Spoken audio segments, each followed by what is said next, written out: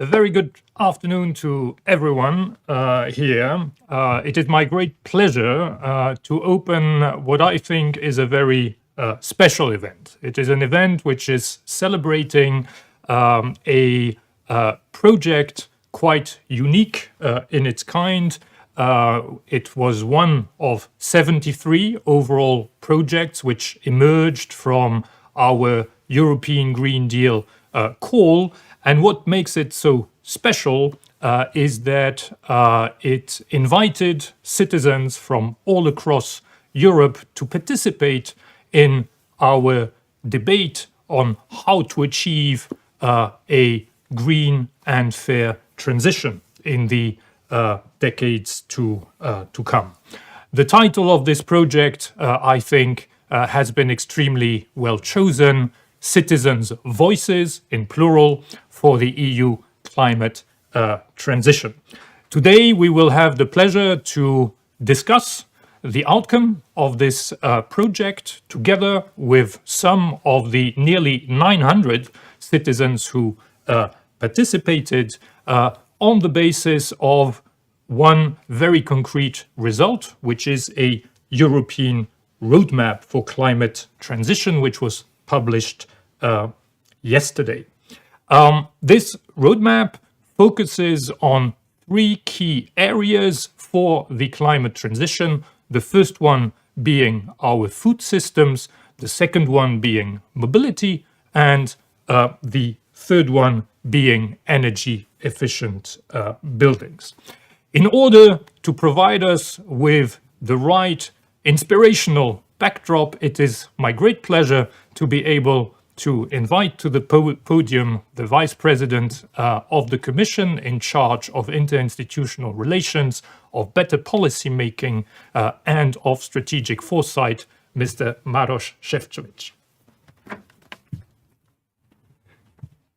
Dear Marc, thank you for your kind words and introduction. And ladies and gentlemen, I really would like to wish all of you good afternoon. Indeed, it's a pleasure to be here with you today, because the climate transition is one of the most momentous changes of our time, and it is imperative that the whole society be involved.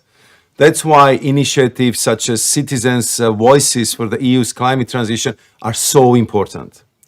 The European Green Deal is the EU's roadmap for action to combat climate change and achieve climate neutrality by 2050 by reducing our net greenhouse gas emissions to zero. But it is more than just that. It's a long-term vision for a greener, fairer, and more resilient European society.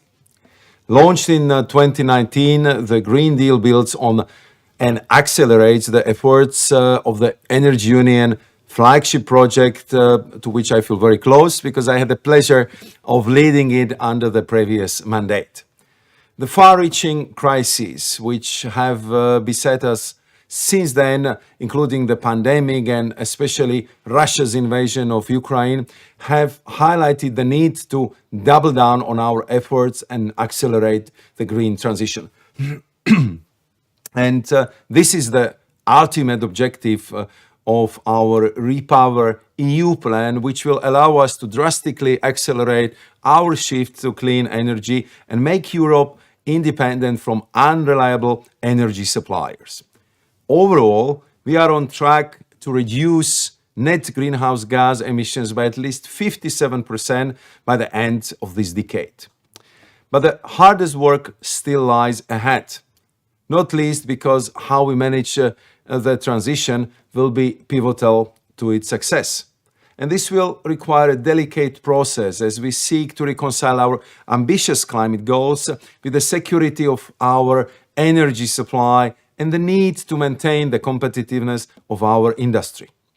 In turn, this is critical to avoid shifting the cost of the transition onto consumers, notably European households and SMEs. However, the Green Deal is not just about our climate objectives, such as cleaner and healthier cities and more efficient public transport, although, of course, these remain paramount. It's also about taking advantage of the opportunities the green transition offers to boost economic growth, our competitiveness, keeping production in the EU, and ultimately create quality jobs. But we can only maximize these benefits if we can make it a truly European transition. That means developing our clean tech and digital ecosystems in strategic sectors such as batteries, for example. Since we set up the European Battery Alliance in 2017, bringing together industry, policymakers, and other stakeholders, our battery sector has become a massive success story. By the end of last year, total investment in Europe's battery ecosystem passed 180 billion euros, with 160 industrial projects being developed along the entire value chain, including 30 announced lithium-ion gigafactories, and therefore we can say that we are on track towards achieving open strategic autonomy. And through our Battery Academy, we are set to reskill 50,000 workers by the end of this year to help meet demand as the industry expands. We are using this successful experience as a blueprint to boost other European ecosystems vital for the success of the Green Deal, such as hydrogen, solar panels, and critical raw materials. And this is key if we are to avoid simply replacing our dependency on Russian fossil fuels with one on goods or materials needed for the green transition. Because this could, for example, lead to a European Green Deal built with Chinese solar panels made from Chinese raw materials. A successful transition is one which takes place across the continent on a daily basis, so that every European can participate and feel its benefits. And it's clear that this is what most people want. 96% of Europeans have already taken at least one personal action to help tackle climate change, whether that's reducing waste or cutting down on the consumption of disposable items. That is why citizen participation is at the heart of the European Green Deal. It is also critical to give every European a say in designing the policies which will shape the green transition, and to ensure their voices are properly heard and their input is taken into account by policymakers. And this is backed by our better regulation system, where through our portal, which is called Have Your Say, we enable citizens and businesses to share their views on the new EU policies and existing laws. In turn, this strengthens the democratic legitimacy of the European project and underscores the popular support for our shared values and goals.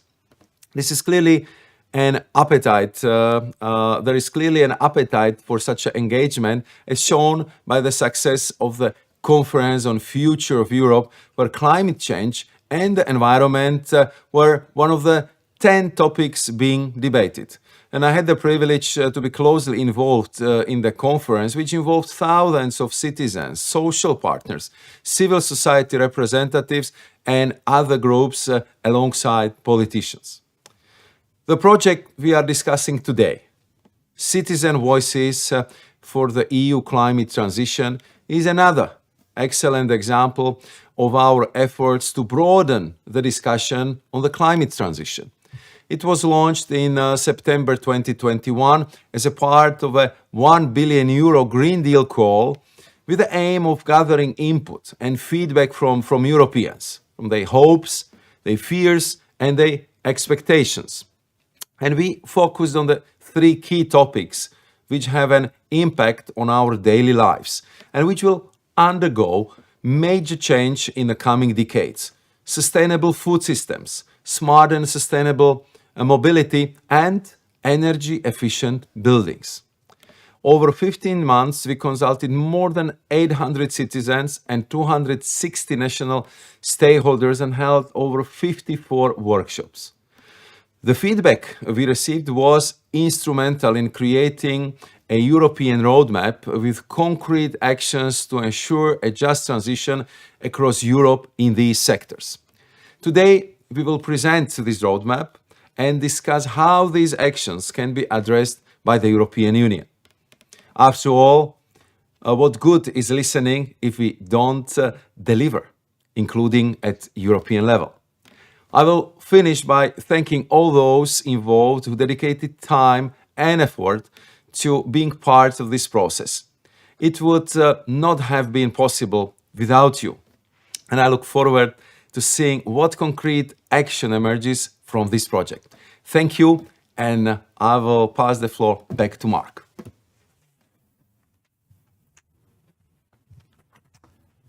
Dear Vice President, thank you so much. Allow me to piggyback on a few elements that you offered to us today. You first spoke of momentous change, and I think that this is indeed what lies ahead and what is in fact required in order to achieve a successful transition overall. You referred to industrial initiatives, which no doubt are quite essential in this quest for sustainability and for a fair and prosperous as well as sustainable Europe, especially the battery alliance that you have spearheaded. And you have also emphasized the need for inscribing ourselves in daily actions as citizens altogether.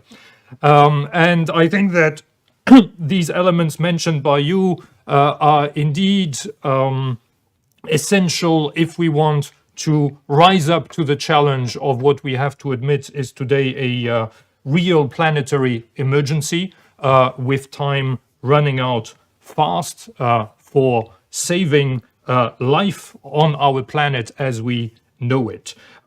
For this, no doubt, comprehensive and coordinated action will be needed on a grand scale. And Europe, for sure, you reminded us of that, Vice President, is way ahead of the rest of the world in taking very concrete measures of a regulatory nature, also of a financial nature, and, for instance, indeed, of an industrial nature. The ambitions that we have set of reducing emissions by 55% already at the end of this decade testify to our leadership. But there is one area where possibly more focus and more action is required, and that is on the participatory approaches that we deploy within Europe in order to make sure that the transition is carried by all and is adhered to by all. We need active participation in that transition on a daily basis, indeed, and the latest Eurobarometer results do demonstrate that citizens are fully ready to get engaged. 3/4 of them feel a responsibility, a personal responsibility to act, and the same share, 3/4, feel that under the right conditions they could do more to contribute to the transition. The project, Citizens' Voices for the EU Climate Transition, is a very valuable building block to build consensus and also to build confidence. This is another dimension I would want to emphasize. Confidence is needed to embrace change and to project oneself forward. And here, Eurobarometer studies are a bit less positive, perhaps. Today, less than half of our citizens are confident that our energy needs, our needs in terms of goods and services will be met in an affordable way and, of course, sustainably by 2050. So we need to clearly build more confidence, and the process of this project, which Vice President Šefčovič has reminded us of, I think, has produced some very positive impact in that respect. The results have been published yesterday. I do want to point to the report because beyond our exchanges of today, the report is no doubt worth taking a much closer look into with its more than 700 pages of evidence and recommendations. Today we will zoom in, obviously, more on the 72 concrete actions which were distilled from the more than 1,000 ideas which emerged from the debates with all the citizens involved. And we will focus on the four main strands of action under which these 72 specific actions can be categorized. One, interestingly enough, because Europe is very often accused of over-regulating, possibly, is that citizens do see gaps in regulations. For instance, on food labeling. They might wish to have more information in their daily consumption to know which products are more or less CO2 efficient. A second area, again, not obvious, not straightforward, is that they believe that more is possible in the area of taxation. They suggest that there is insufficient taxation on certain particularly polluting modes of transport or other consumption goods. Thirdly, there is a call for better using public financial incentives with the example of more sustainable agricultural practices and in particular organic farming. And last but not least, an area which is less surprising, there is also a wish for much more communication, education, awareness raising, and also reskilling or upskilling for different sectors of the future. Batteries were mentioned, but certainly thinking of a pillar of European economies, the construction sector, a lot there also can and has to change in order for more sustainable modes of construction.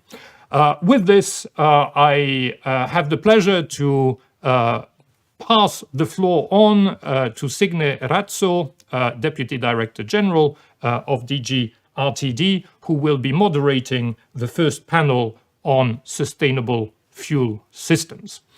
Enjoy the afternoon of debates together. Many thanks, Marc, for your kind introduction.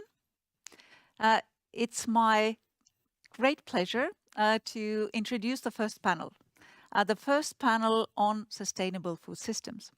I have three excellent speakers with me today, and I welcome Professor Jacqueline Proxe, Miroslav Prestak, and Claire Bury to this panel. Before introducing the panelists, I'd like to mention that I'm really thrilled about this possibility to moderate this panel for two reasons. First, because this is a topic which is very close to the heart of every citizen. Evidently, we will need food for our existence, but it becomes more and more clear that sustainable food is something that clearly people care about. They care about to leave the planet safe and sound, also for the next generations. And certainly sustainable food system is one of the ways that actually everybody, every citizen can actually act. And they are happy to act, as we've seen, on the basis of this project. And the second reason why I'm very much pleased to have this opportunity is because as Deputy Director General in DG Research and Innovation, I'm also responsible for citizen engagement in research and innovation policies, really making sure that it becomes part and parcel of our policy. And this Citizen Voices for the EU climate transition is an excellent example that is already happening. And as Vice President Šefčovič mentioned, it becomes more and more part of all EU policy making. Now, for all of those who are watching us online, you will have an opportunity to put the questions on Slido. To do so, please connect to Slido with your phone or computer and use the hashtag EU Green Deal or the QR code that you can see now on the screen. But now, without further ado, I'd like to introduce the speakers of today's panel. First, Jacqueline Parkser is Professor of Innovation and Communication in Health and Life Sciences and Director of the Athena Institute at the Vrije Universiteit of Amsterdam. Jacqueline's work seeks to understand how research and innovation can better contribute to solving societal challenges equitably and responsibly. And she also coordinated the Fit for Food 2030 project from 2017 to 2020, which was key to supporting the European Commission implement the Food 2030 research and innovation policy framework. Miroslav Frestak, welcome to you. You took part in the citizen consultation in Croatia. Miroslav was born in Zagreb, graduated from the Faculty of Economics and Agriculture. He has worked in the agricultural and food industry for 30 years. And more specifically, he has worked in food production and import around the world. I'm very glad to welcome my colleague, my dear colleague, also to the panel. Claire Burry is Deputy Director General of DG Health and Food Safety with responsibility for food safety and sustainability. And prior to this, Claire was Deputy Director General for the Digital Single Market in DG Connect and Director of Modernization of the Single Market in Directorate General of Internal Market, Industry, Entrepreneurship and SMEs. So a warm welcome to all of you.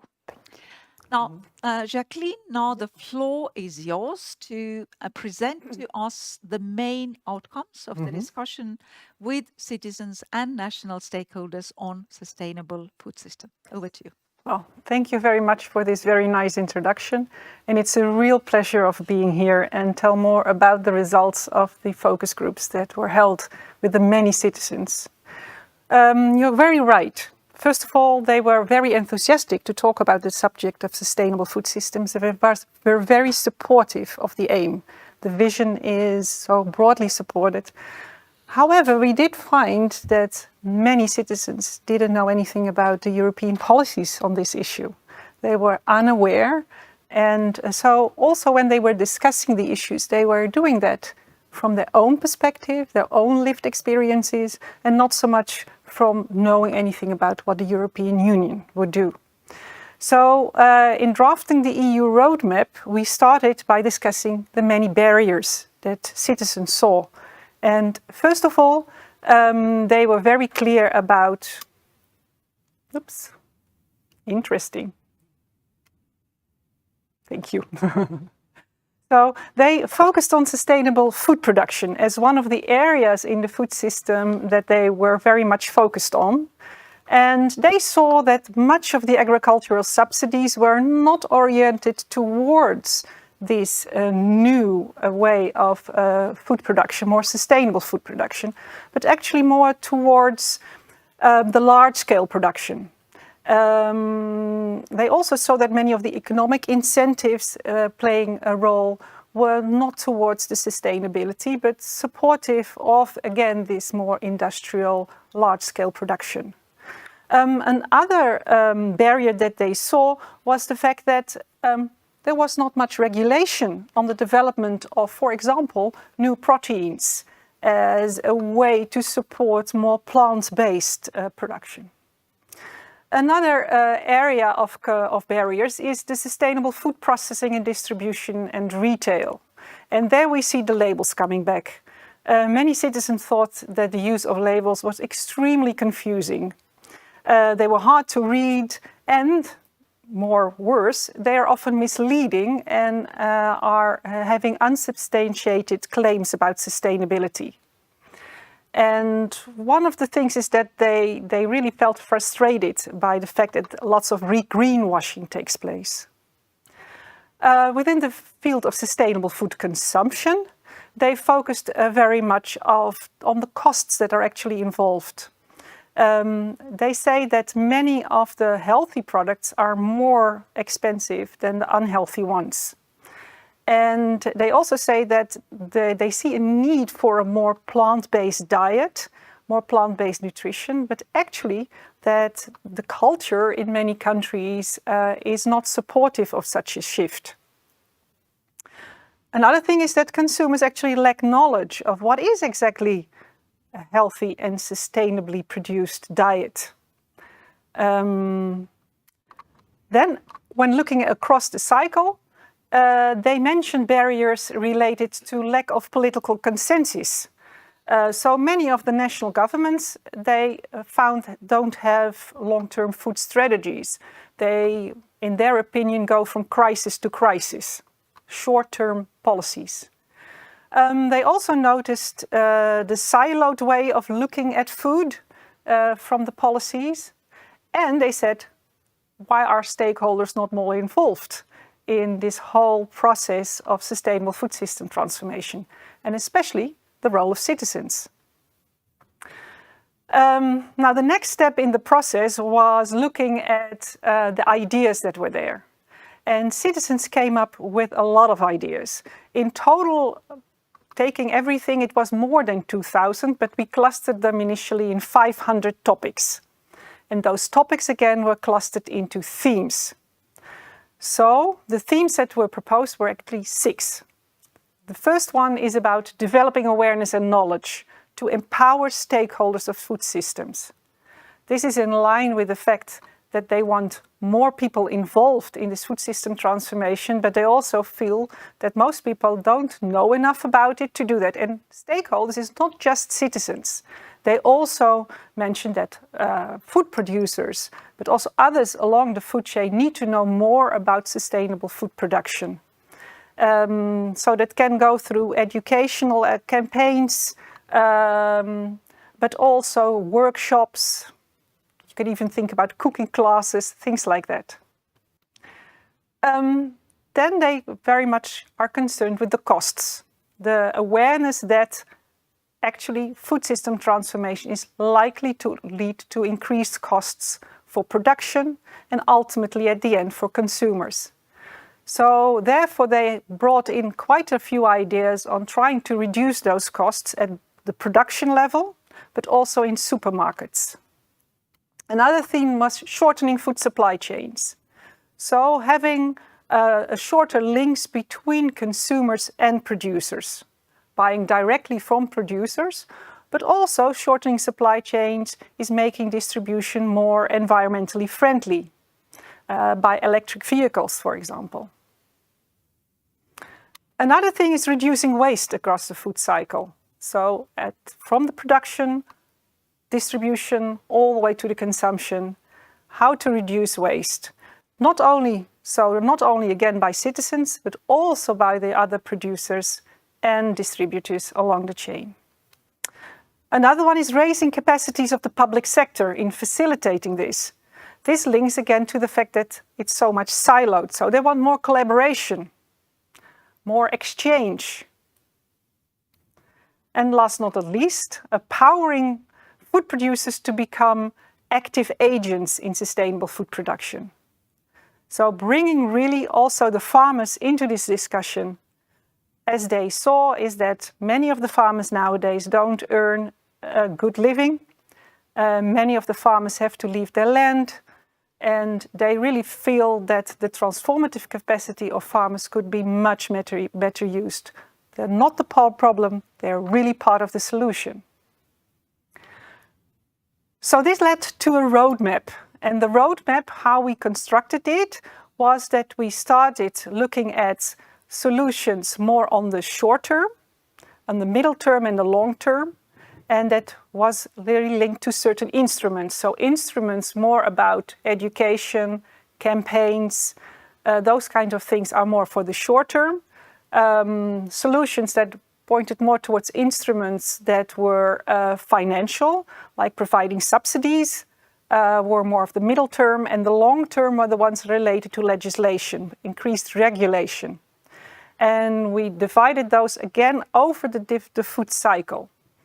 And this looked like this. And especially the topics, so out of the many ideas that were there, they were broadly shared across different countries. So many of these actions to be taken were actually shared by 10, 15, sometimes even 20 countries, citizens in those countries. With respect to food production, they here looked at how to increase the knowledge and skills of farmers, but also promotional campaigns on urban farming. Urban farming was actually one of the solutions that citizens came up with to actually also become producers themselves. So decentralize the whole production, but also more commercially within the urban areas. This is more about the subsidies for urban farming, subsidies for small-scale farmers, organic farmers, but also research. So more methods for sustainable food production and support of farmers to use those new technologies. And last not but least, again, regulation. They want more regulation on the use of pesticides, chemicals in production, as well as antimicrobials.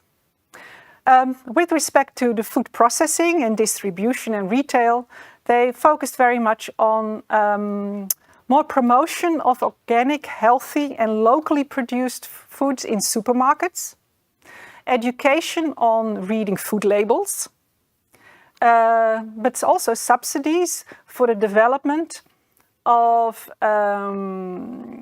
sustainable distribution networks, and again, the shortening of supply chains. And here they came up with quite a gap in regulations, they thought. They wanted more regulations on the food labels in the sense that they will be more coherent across the different countries and would include carbon dioxide emissions as information on the labels. But also reducing packaging and applying VAT for food products so that if they're more environmentally impacting, the VAT would be higher. With respect to consumption, they focused very much on promotional campaigns for buying food directly from farmers, but also about what is a healthy and sustainable diet, but also how to maintain it. And awareness campaigns on the origin of food and the cooking of sustainable diets. And subsidies for schools to make sure that they can actually procure locally and sustainably produced food. Then with respect to reducing waste, they looked at how to reduce waste in households and regulation on waste reduction across the food chain. They feel that really more regulation could be used in this area to really force the different parties in the food chain to produce less waste. Also, once you have regulations, you want them to be monitored. So here, stringent monitoring of products that they actually fulfill the sustainability and quality certificates. Last but not least, across the chain, they want really more education of citizens and other stakeholders across the entire cycle and more participation. So implementation of experiential and participative activities like this for food system transformation. So all in all, I think citizens came up with a very broad, very balanced agenda for this roadmap. Well, many, many thanks, Jacqueline, for giving us a detailed overview about what were the recommendations by the citizens and what have been the things that they highlighted and really care about. Now, coming to Miroslav, as a Croatian citizen, why is this topic important for you? Why is it important? At first, I would like to say a few words about agriculture in Croatia. The situation in agriculture production in Croatia is very bad. Small producers are closing down every day, and producing is decreasing. Now we are increasingly dependent on food imports. We used to be exporters. State incentives for production favor large producers, where there are many irregularities and corruption. Big money, big corruption. The land is not cultivated, and there are more and more abundant agricultural areas. The young generation does not know how food is produced. But now, some schools and cities have started to organize urban gardens. A great interest is noticeable, especially the children show that in the schools.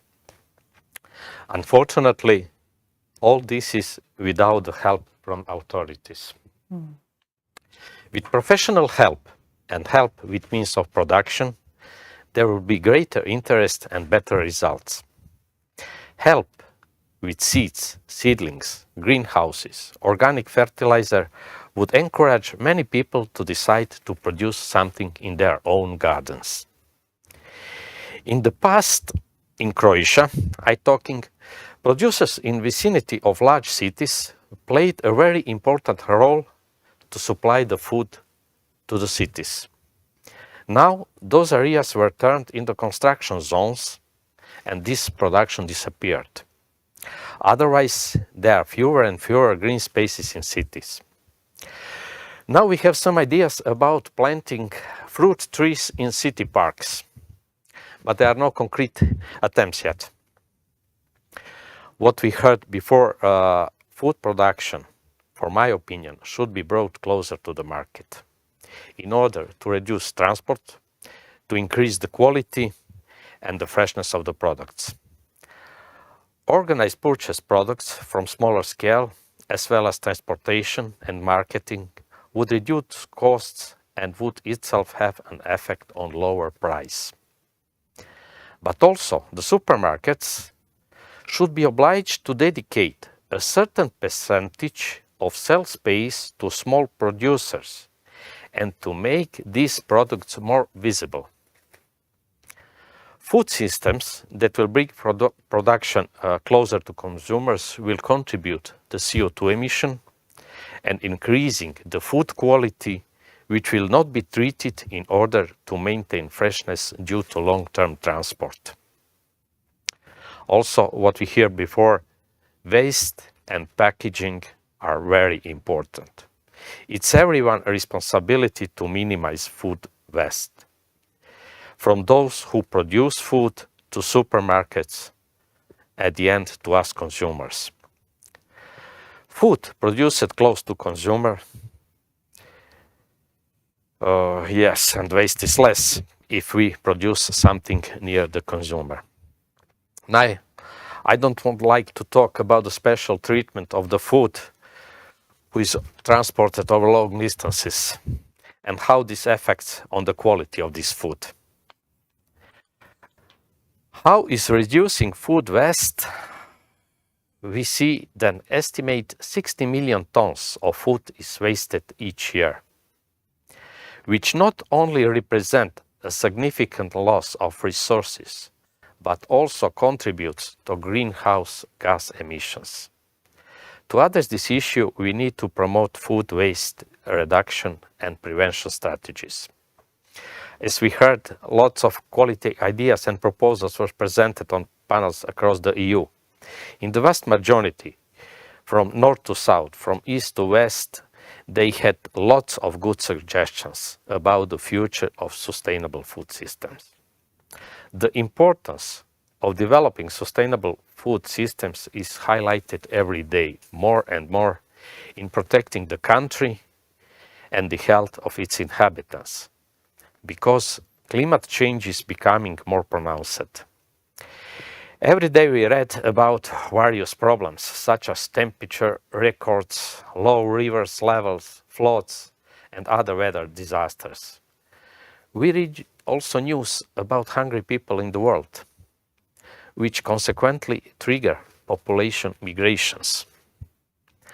War conflicts interrupt supply chains, so it's necessary to preserve and improve domestic EU productions.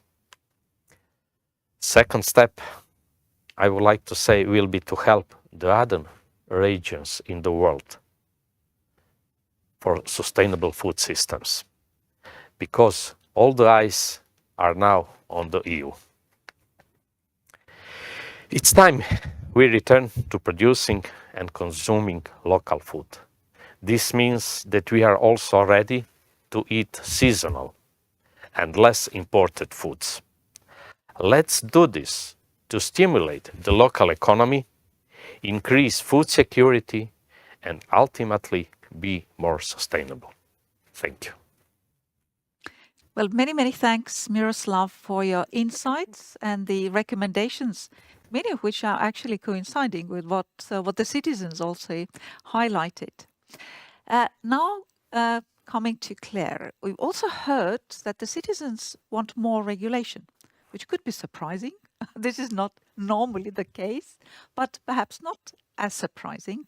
So what will be your reactions? Well, what you see as the ways, also how to take action, additional action also at the EU level. Okay, so thank you, Sinja, and thank you very much to Jacqueline and to Miroslav for the insights there, which I think are extremely rich and very helpful to us in the work that we do. So I'll come to regulation, if I may, at the end, because I think, I mean, you said it's kind of part of the medium to long term, but I'll come to that because it's right that it's not every day that we get asked to do more legislation now. But I think out of the issues that I picked up there, I think awareness and knowledge to empower everybody to make the changes, I think comes through very clearly.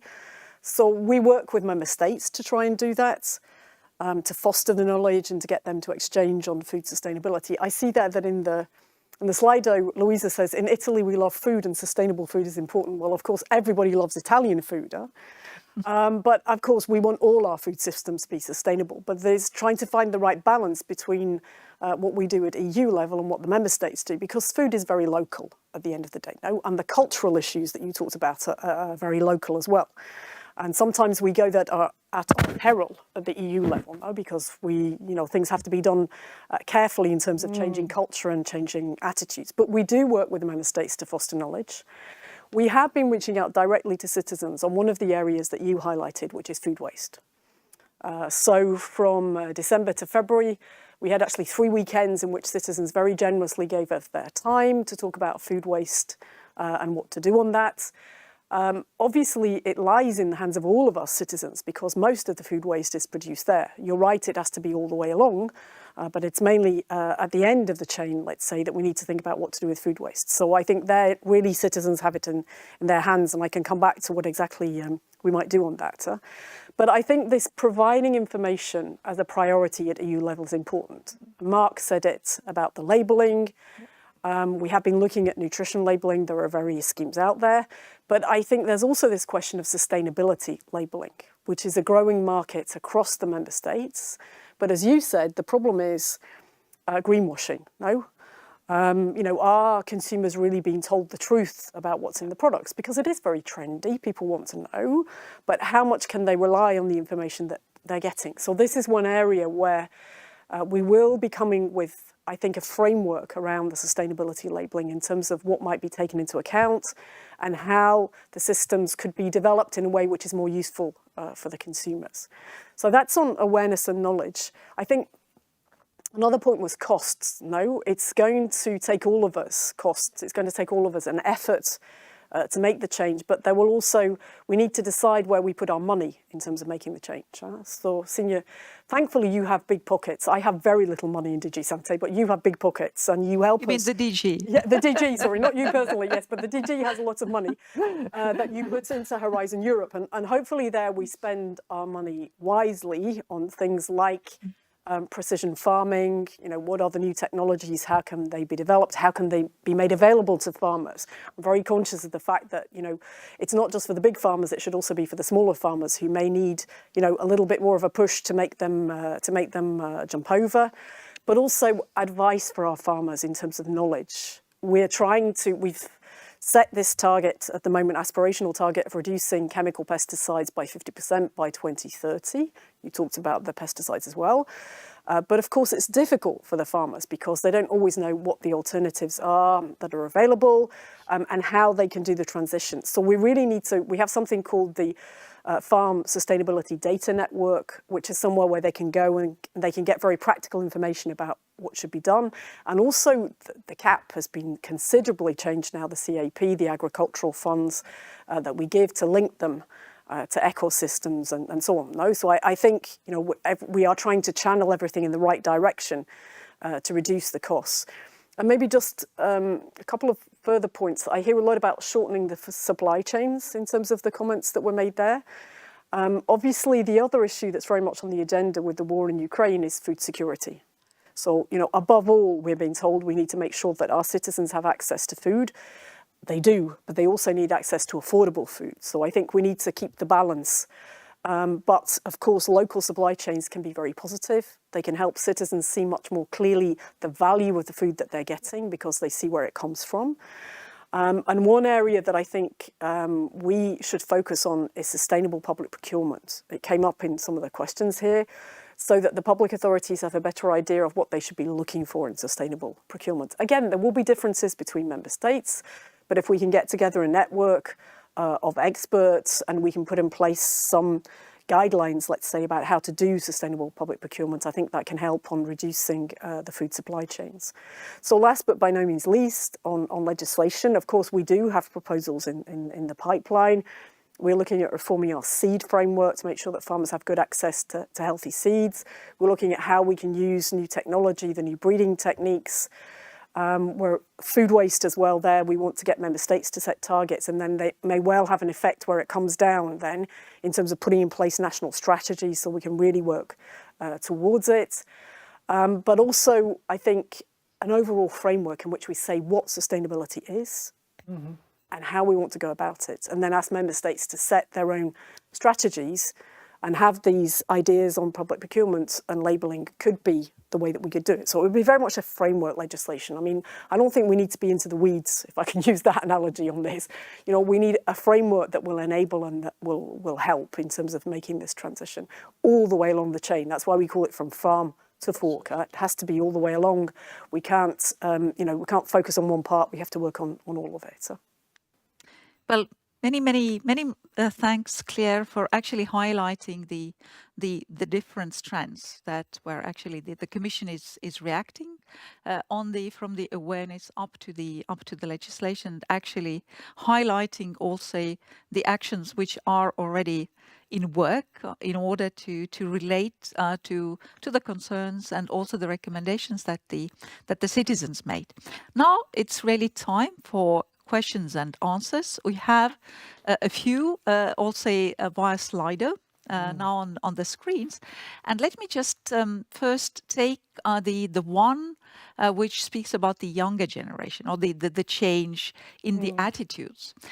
Namely, do you think that the younger generations are more aware of how to eat in a sustainable way. Now, reminding also what Miroslav highlighted, and also I think it was one of these the slides that Jacqueline you showed us was about the it was the idea about the gardening in the cities, the gardens, the school gardens, how to have more sustainable food available to schools. Now, if I could remind my childhood, I grew up in Estonia.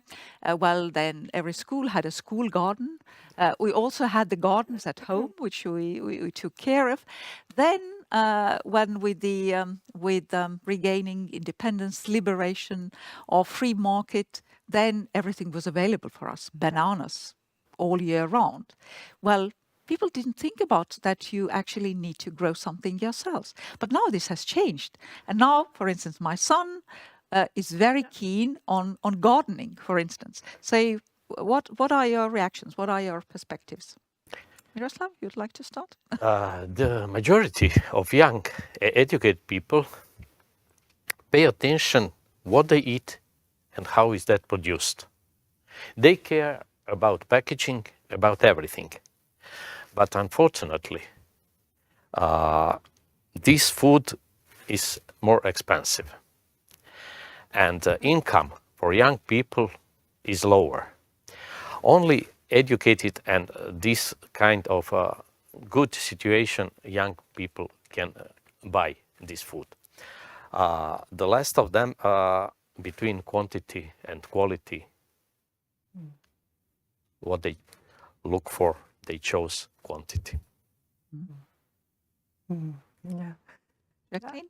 Yeah, we can't say from the citizens' panels. It's very difficult to answer that question from that. But other research shows that there is more awareness about the importance of eating sustainably, but the knowledge about what is sustainable food exactly and what can you do to improve it, that's not as widespread as we may want it to be. The best way to go about it is simply eat less meat.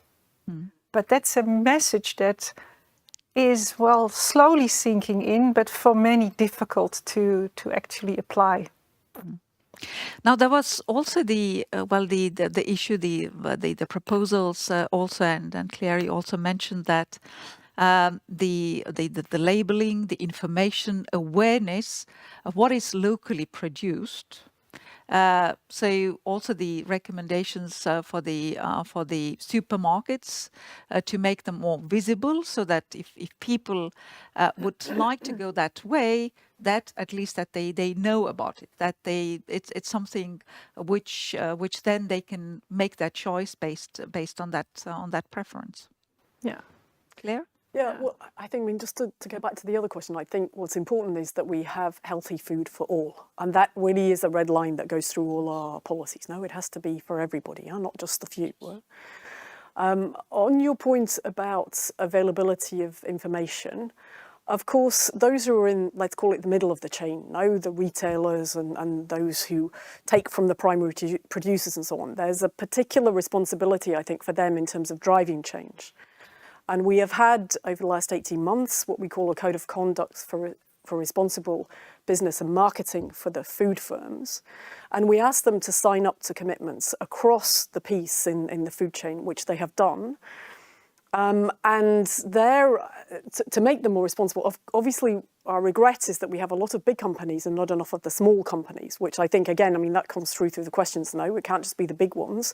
So we need to try and roll out to other ones as well. But also, of course, they commit in areas that they think are important for them and their own marketing, not necessarily in areas that we would like them to, like food waste. I see not so much commitment on food waste. But at least, with the others who are part of the group, civil society and citizens need to be part of that as well, we can then indeed hold them accountable for what's going on. But it also comes back to this idea of a framework for sustainability labelling, because there needs to be more transparency around the green claims. Because we have to help make healthy food available. We have to get people to understand, indeed, that they need to eat more plant-based food. But again, it's a message that we put out at European level in a very nuanced way, because, as you say, we can't change overnight, and also some only have access to meat, and meat is not a bad thing if you eat it in moderation, no? But this again has to be done in combination with the member states, no? Because they are closest to the consumers. Huh? And for many of the food products, we actually don't know the sustainability pressure that it has. Yeah. We really don't know it. It's very complex to compare as well. So. Yeah. Well, I think it links with the other question. Well, by the way, there is also a comment on our previous discussion. School gardens are cool. And this question is whether will the food we produce and eat in the next 20 years will be different than today. I remember that we have actually a big study, Food 2030, which also then highlighted different scenarios, and then clearly more sustainable, more plant-based food, but also the alternatives like insects, more instead of growing meat, these things that have been highlighted. Any comments on that? Well, you mentioned the insects, no, which is we have seen, I mean, we've authorised now 3 insects to be eaten. I have to say, fortunately, I didn't have to taste them dipped in chocolate because it wouldn't necessarily be my cup of tea, as we say, yeah? But I mean, I think the point is, and it came up in one of the earlier questions, that we need to get more protein sources out there.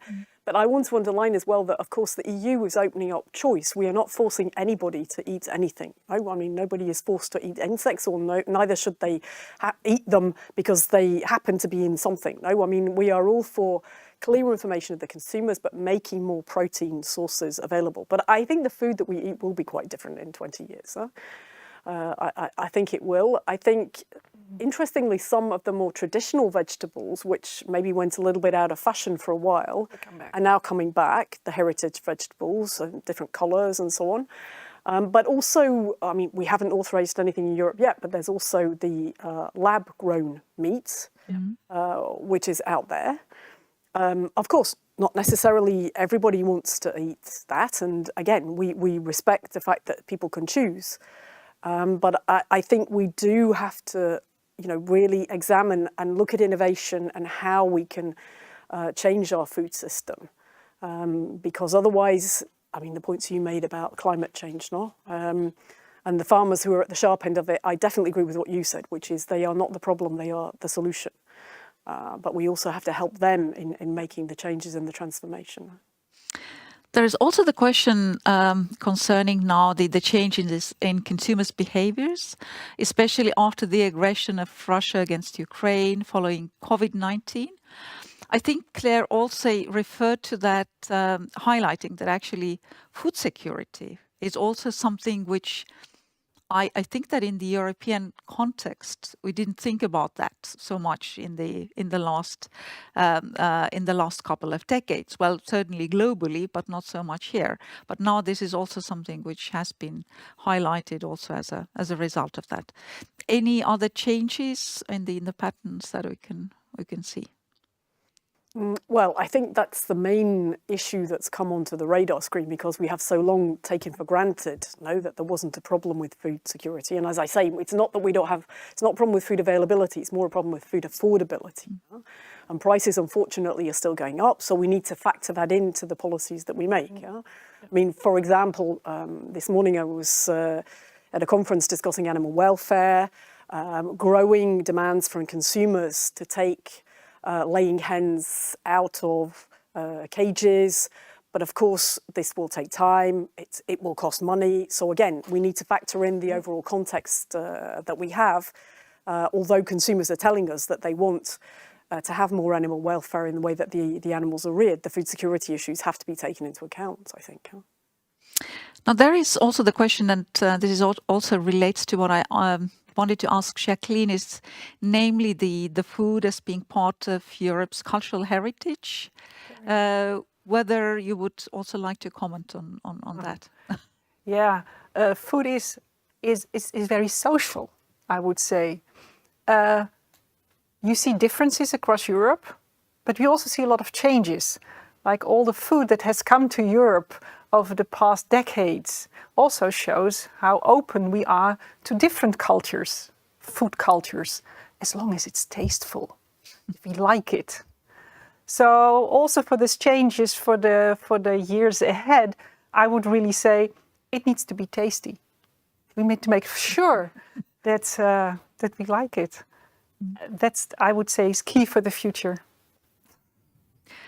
Now, Miroslav, you also mentioned the food waste. We know that there are also there are some social innovations, actually how to avoid food waste. Well, certainly everybody can do their bit at home, but to avoid food waste at an industrial level, and also the schemes, for instance, in the supermarkets, restaurants, that they can give away food for the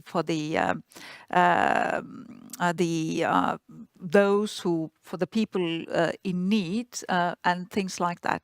Is it also something that you see happening in Croatia? Yes. It's also, at first, we must change our opinion about ugly food. Yeah. You have one apple, nobody wants, it's ugly. What does it mean, ugly? You have 1 point on them, maybe changing color or something like that. This we need to promote. On media, promote that ugly food is actually healthy food. And this waste, what happened in supermarkets, are the biggest problem. This food must be put on some special table to give for free. It's better to give for free, like we have in Croatia on markets where small-scale producers bring their products. They leave these products for free. This will be help for some people, and also the waste will be smaller. Like I mentioned before, 2017 was from EU information 88 million tons of waste. But in 2007, 2020 was only 55 millions. We're coming down, but we must do something more. It's not a question for the future. It's a question for today. Yeah. Yes, and Claire, you also mentioned that this has been also the issue for the citizen panels. What did you learn from that? Well, first of all, we learned that citizens were very interested, and they're very interested in changing things, which I took to be a very positive sign. The fact that they were willing to sacrifice 3 weekends to discuss this with us was already, I think, a sign of that. They were keen to look at everything in terms of hygiene, the packaging, which you've emphasised several times, and then smaller things like on the date marking that we have on products, where we've been seeing as well whether people really understand what the date marking means. Because, yes, that's it. So if you have use by, then this is a food safety issue. So you should use it by that date. But if it says best before, you can still eat it afterwards, and it won't be problematic from a food safety point of view, from a health point of view. But there's still really not enough understanding around those things. Actually, I said before I did this job, I didn't know either, actually, the full significance of that now. But it's small things like that where I think we still need to help inform, make things clearer, and really give citizens strategies about how they can reduce their food waste. I mean, I'm sure all of us here are conscious of it and trying, but I still know that there's a lot more things that I could do better. But if we could give people tips, if we can give them, as I say, strategies to help. But no, citizens are very interested, and they want to change things. They want to make a difference on that. So I think that's very encouraging. yeah, definitely. That's very encouraging for the future. Now, one more question on the labels claims being made. How can actually the consumer make the right choice? Jacqueline, At the moment, they say they can't. So that's actually one of the main questions towards national governments, the European Commission, is to make changes in that area, make it coherent, the labels, very informative, both not only on health, because most of the scores are now on health and not on sustainability, but also include the sustainability part. Yeah, I mean, people are interested, I think. I mean, now we have a proposal on green claims, you know, related to climate change. You know, how do you back up? What do you have to say? But also animal welfare is an area where a lot of member states are introducing, Germany, Netherlands, I think as well, new systems. But of course, the food travels across borders, and citizens want to be able to, when they go on holiday, pick up something and say, oh yeah, this is the same that I saw at home, so I understand and I know what I'm buying. So yeah, I think we need more coherence there. Again, I think we should do it in a way which represents a framework, but can be consistent and coherent, I think. Very well. Now we have just 30 seconds until the end. Very short conclusions on your part. Jacqueline, what would you like to say? I would like to highlight that citizens very well express that we need each other. That all the stakeholders, politicians, across the food chain really need to work together and each do the best they can to improve it. Miroslav.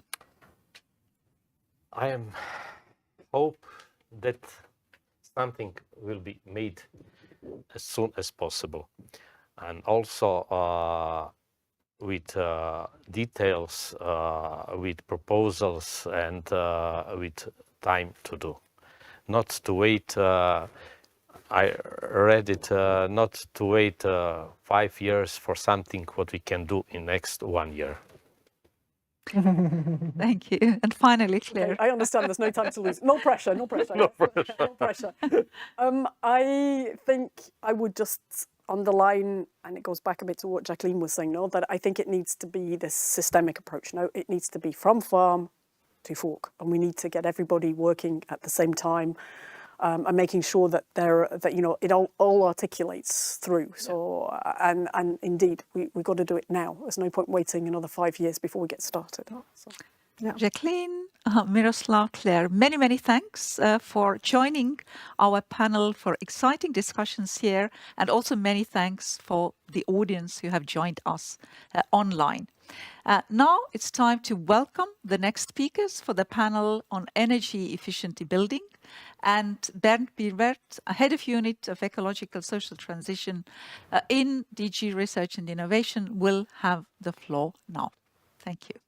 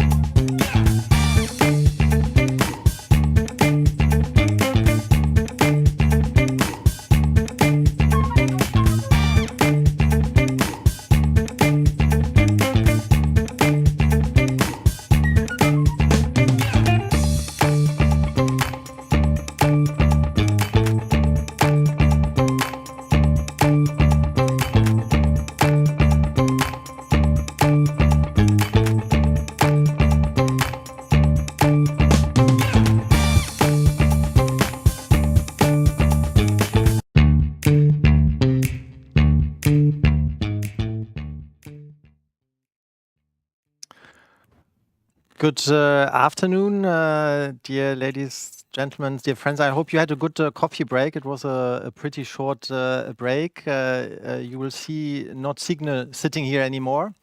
My name is Bernd Dierwert. I'm the head of unit of the ecological and social transition team who has been preparing the project and the event. And it's a big pleasure to welcome on the second panel of the day on energy efficient buildings, Ruth, Valeria and Stefan with me. A very warm welcome. I'd shortly like to present you to our audience. First, to start with Ruth Carrigan from Dublin. You just arrived. You had to get up very early in the morning. You have a PhD in structural engineering from Trinity in Dublin. You are conducting research on modern construction methods. You have a long experience in various research projects and extensive knowledge in decarbonizing the built environment. So the perfect expert to be with us here on the panel. And you have worked throughout the lifetime of the project with us very closely. Valeria Battista, buongiorno. You are originally from Puglia, I've read, so you brought the sun with us from the south of Italy. You are holding a Master of Science degree from Milano, and you told us before that you have already for quite some time a lot of interest in local economic development issues, green, but also just transition issues. You are not coming right from Milano and Puglia, but from Brussels, so it was a bit less long the journey than Ruth. You are pursuing a traineeship at Eurocities, so it was a bit a shorter walk here to our TV studio. And then Stefan Moser, really pleased that you are joining us representing DG Ener. We have more or less the same years in working here in the Commission. You joined also in 2000. With stands in DG Competition, DG Environment, SecGen, and now you are heading the unit in DG Ener on buildings and products. So the perfect representative for this discussion. Without further ado, I would suggest that we immediately move to Ruth, who would give us some conclusions of the citizens' outreach, the citizens' conclusion, but also of the deliberations of the experts. Ruth, please, the floor is yours. Yeah, thanks, and thanks for the introduction. So I think to set a bit of the context first before having a look at some slides, there's lots of really good EU initiatives out there to date. We have the Energy Buildings Performance Directive that's been there for a good few years now, and lots of recasts on this, the Energy Efficiency Directive and REPowerEU and Fit for 55 and many more to mention. And I think what was clear from the citizens' engagement in the national stakeholder meetings was that awareness of these things has definitely become a lot better in the last couple of years. Even more so than say even 3 or 4 or 5 years ago. Citizens are much more aware of their energy use, of issues around energy efficiency in buildings. There's a lot more media campaigns on what we can do to reduce our use, and citizens were aware of what their member states were doing with respect to renovation of building envelope and swapping out gas and oil boilers for heat pump technologies that can be fueled from renewable electricity, or even installing solar panels on their roofs. So the awareness has definitely increased in the last couple of years. But despite this, the renovation rate is still not increasing across the EU, and this was part of this project, was to start to really try to understand why. I think if I compare it to something like transport, where we know that you typically replace your car every 5 to 6 years, the regulations and the technologies is getting much better. When you buy a new car, you can now buy electric or much lower emission vehicles than you would have a few years ago. And while on the building side, the regulations are also improving all the time, when you buy a home, you're buying something for life, or you're building a commercial building that's going to have a 60-year life. It's not something that you're going to discard in 5 or 6 years' time. And we're now moving the regulations on to say by 2027 all new buildings must be zero energy. But what about, by 2030 the majority of the existing building stock is going to be the existing buildings. So what are we doing with all of those existing buildings? And also, the majority of them will be more than 20 years old. So back to before the regulations kind of, you know, got tighter with respect to what we do with our envelopes and our systems. So you add into this then from a homeowner's perspective that buildings are expensive assets. Like you're buying a home and you've got a 25 to 40 year mortgage, and now we've got increased energy costs. So what are we doing to empower our homeowners to actually make changes in these buildings, given that they've lots of other concerns to kind of think about? And similarly with commercial buildings, you know, they've got businesses to run, landlords have, you know, business to maintain. So if we start to mandate these people to now spend money on things like renovation, will we have unintended consequences with putting, you know, some businesses out of business? So these are kind of all the various considerations around buildings that kind of are a little bit different maybe to some other areas that we have to think about. And this kind of came very clearly through from the citizens' discussions. So the barriers and the solutions, so I'll throw up some slides now if we have them to go for. Some of the key barriers and then also the potential solutions that came out from these discussions. We'll start with the barriers. Just wait for the slides. Thanks, Emily. So if we look at the barriers, we've got 4 kind of key areas that we kind of group them down into. So there's lots and lots and lots of discussions along these areas. But if we look at, say, the practical and financial, education and awareness, legal and delivery. So on the practical and financial, these are the common things that kind of came out across everybody. Renovation is complex, it's hard to understand, and it's difficult to find information. Renovation for anyone, whether you're in the public sector, the private sector, you're a homeowner, you're a commercial building owner, it's expensive. It's going to cost you money to do it. And while there are grants out there for you to do it, you know, it's difficult. The grants don't cover all the costs, and these costs can be quite considerable. And where the grants do exist and where you can apply for them, you still have to have that initial capital up front, and then you claim the cost back later. So a lot of people can't do this, you know, they just don't simply have the capital up front to be able to do that. The public sector has the same problems as the private sector. They don't have the funds either. They don't have the capital either. And in addition, kind of what was coming through is the public sector can be conservative and slow to respond. And a big one that kind of came up across a lot of the EU member states was the lack of trust. The lack of trust and the promise of the savings that you're going to get. And will I achieve this renovation that I've been promised to the standard that I've been promised it? When you look at the education side of things, while citizens understand the need for energy efficiency, as we've kind of outlined, they're not aware of the other benefits like health and improved health and well-being once you do that, you know, envelope retrofit. They're also uncertain, and I think uncertainty is a big one here, because when you create uncertainty, you also create a reluctance to do anything. So something else that kind of came out was the uncertainty of, well, if I go to renovate my house, am I going to use more materials? And there's a lot of talk now about embodied carbon and life cycle assessment. So am I going to be using more energy by doing that? So when you create that uncertainty and there's a bit of lack of clarity, then you create a bit of reluctance to actually taking any action at all. When it comes to the legal side, there was kind of 3 big ones here, you know. So on the renewable energy, obtaining the permits is slow and it's off-putting, and the regulatory process is slow and cumbersome. Big one that, you know, most people know about, that split incentive between the landlord who pays for the renovation and the tenant who benefits from a reduced energy bill. So how do we deal with that? And another really big one, especially kind of in Central Europe, where you've got multi-tenant buildings, apartments, you know, co-ownership is a big one. So getting agreement from everybody to do the renovation, or in some situations you might have, say, once 70% agree, you do it. But then what about the 30% who can't afford to do it or have struggled to do it? So you're starting to, again, create unintended consequences in these situations. And then lastly, on the delivery side, again, a clear barrier that kept coming up was the skills and labour shortage across the EU, and the lack of trust in those that are doing it, that are actually, you're going to get what you paid for. But to be positive, but all those barriers, where there's barriers, there's also solutions. So when we talk then about the solutions and what do we do to kind of address each of these things, again, we cluster them into the renovation, renewable energy, public buildings, and education and awareness. On the renovation front, one thing that came up a lot was a one-stop shop. So some member states already have this initiative in place. Others mentioned it to say this would be really good. But anytime it was mentioned, it was always very positive.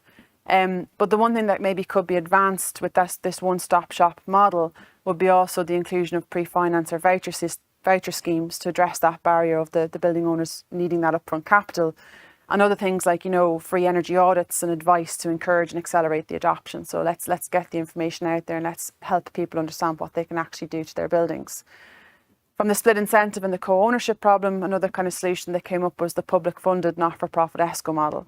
So, you know, in this instance, you need to kick it off or start it with some sort of public money initially.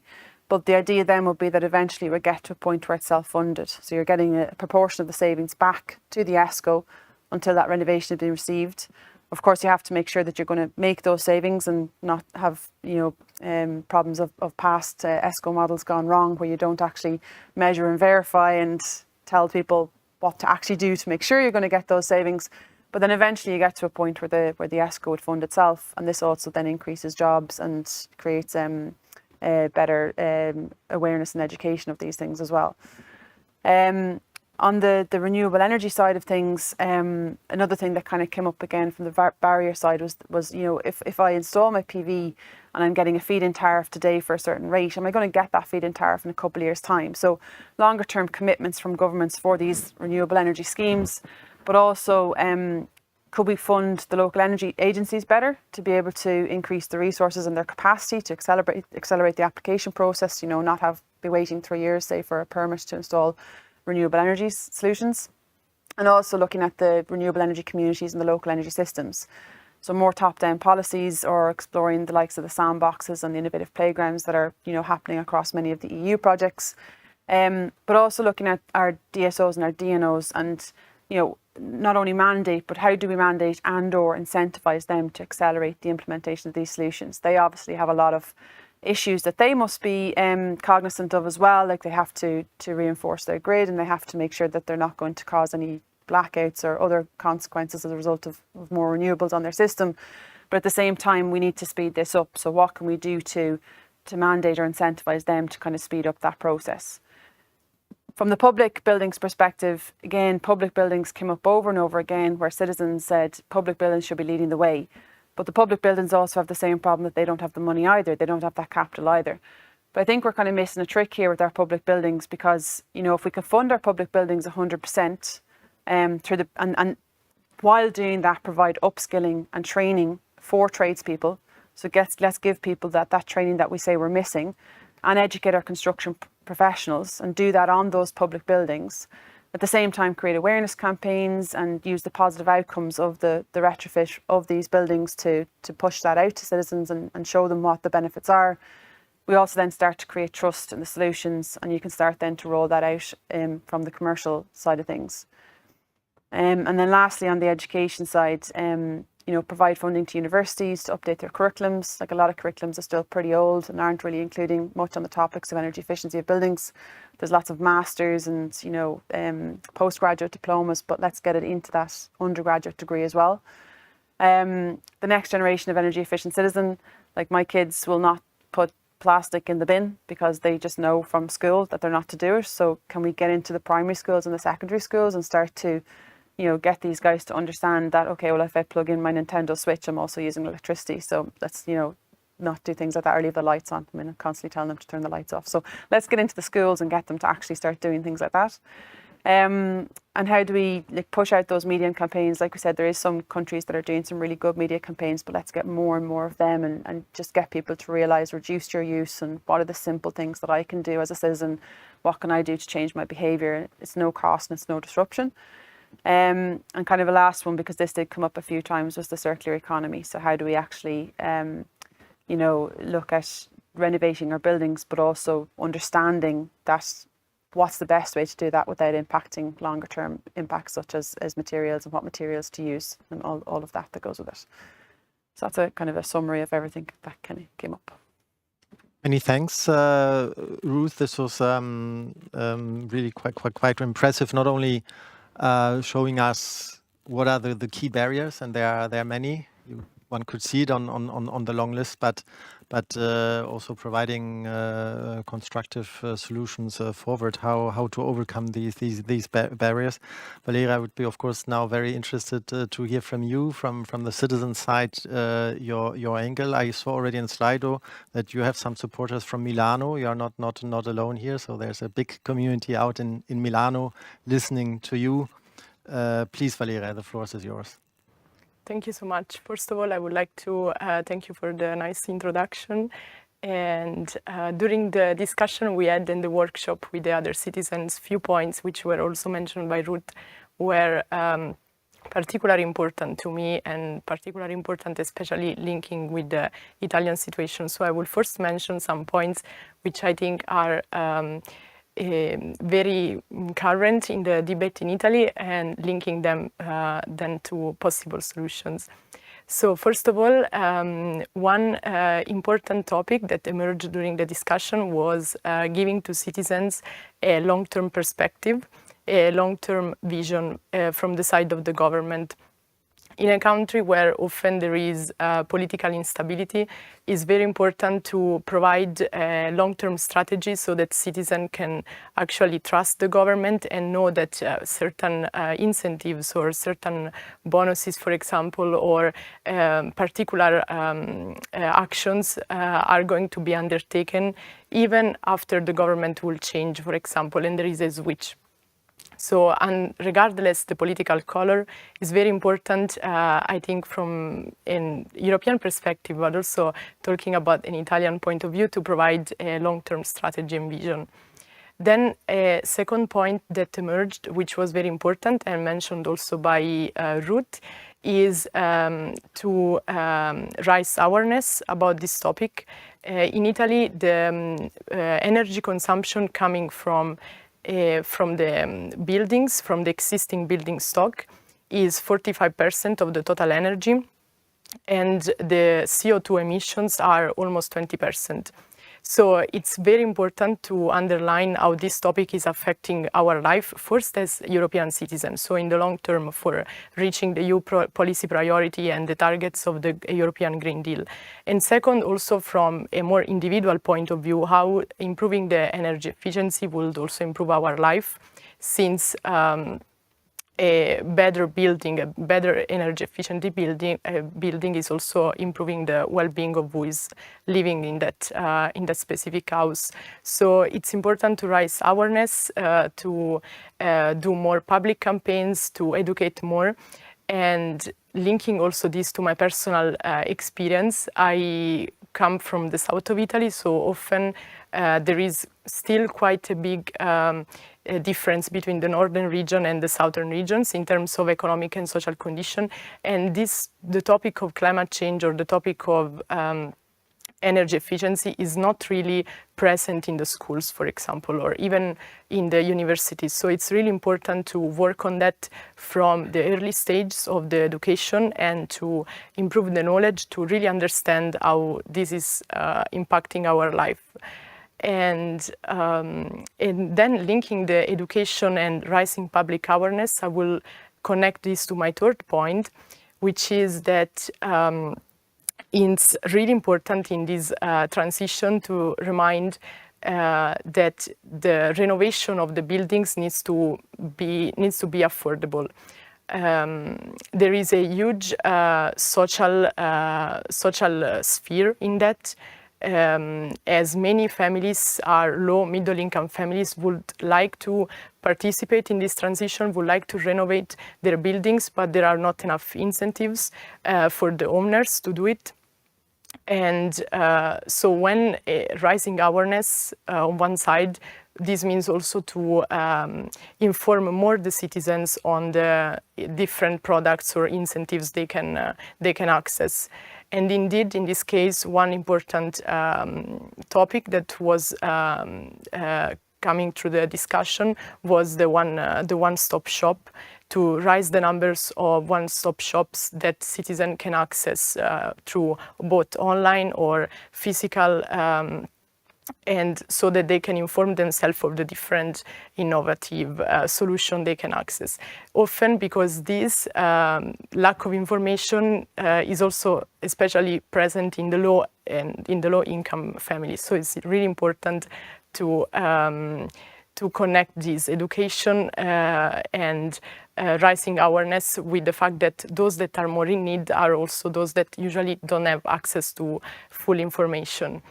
And then I will also remind that in Italy there is a low construction rate, but there is a really high ownership rate, in the sense that it's really, especially the generations which are older than me, they have a really close, there is a cultural ownership let's say attitude. So often those that own the house are also just single families. And what could be done is to, for example, incentivize first the single families, the single houses families, and then find better framework, better regulatory framework to incentivize also the multi-family houses. And this is because where there are multi-family houses, there is co-ownership, and it's more difficult to find the consensus for renovation work between different owners. But since there is also a big stock of single house families, a good start could be from this, and incentivize more the owners through different incentives like bonuses or, for example, tax benefit, or even small renovation. Small renovation will be already a progress. And another example I have as being a student and having lived in different houses where I was, of course, just paying a rent. In these cases, it's really difficult to convince owners to renovate even small things like the windows for better insulation, or the system for the heating, or the roof to keep less humidity inside. So I think it's important to give more incentives to the owners, also those that are renting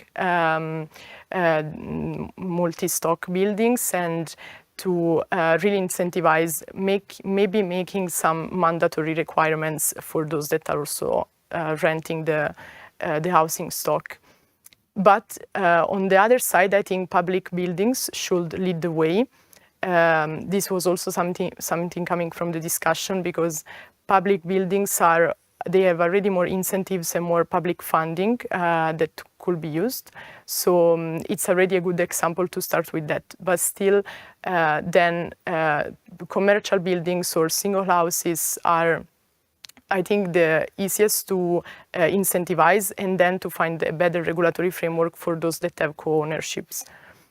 And another thing I wanted to say is that, so in Italy we have few measures, like we have, for example, the eco bonus, the super bonus 110, but as also Ruth mentioned, there are still few barriers to that. First of all, again, the lack of trust. Is important to grant the citizen that they can get back the money, for example, they spend on certain renovation works. Then the lack of skills, the labor force need to improve. So it's important to give more skills to the labor force to actually progress in this transition, and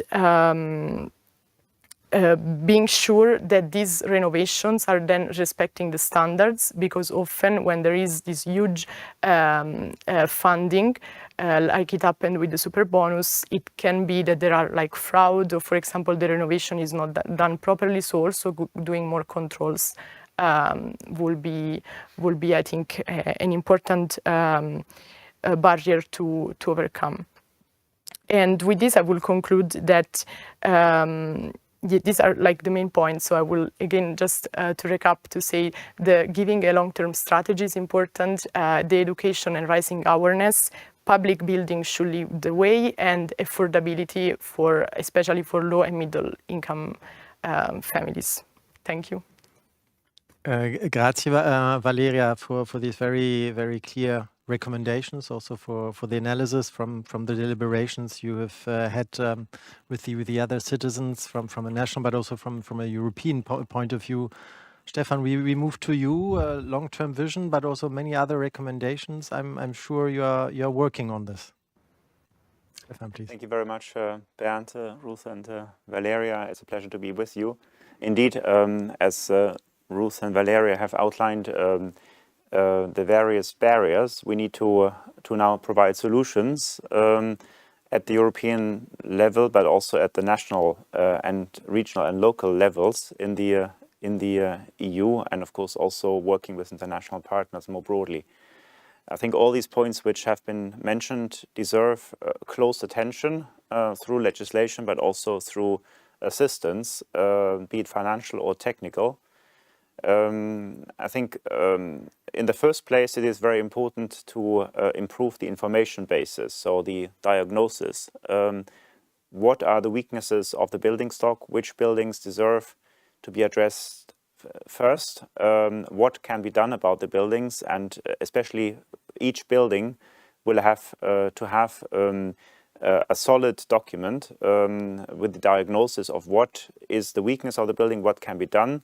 And then there should also be a program for that building to improve it over time. The objective is to decarbonize fully the building stock by 2050. This is necessary to achieve the EU's climate commitments, and to make sure that in the way towards 2050 we progress steadily, ambitiously, but also in a, I would say, feasible manner, and take all citizens and also companies, authorities along so that they can deal with the challenge.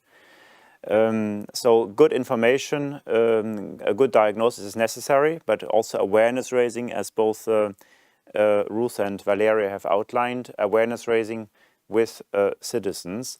There needs to be awareness about the potential, the opportunity linked to energy savings, but also reducing greenhouse gas emissions, and especially also other synergies like improving the quality of the house for living there, health aspects, safety aspects.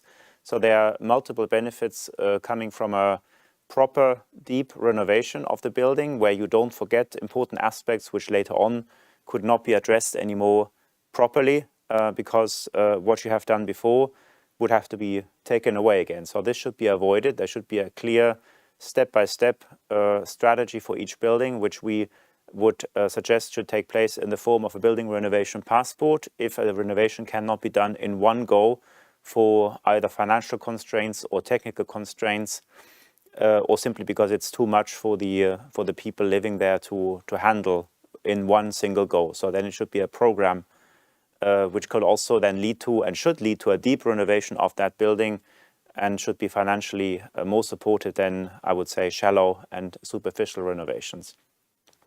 We need to have all tools for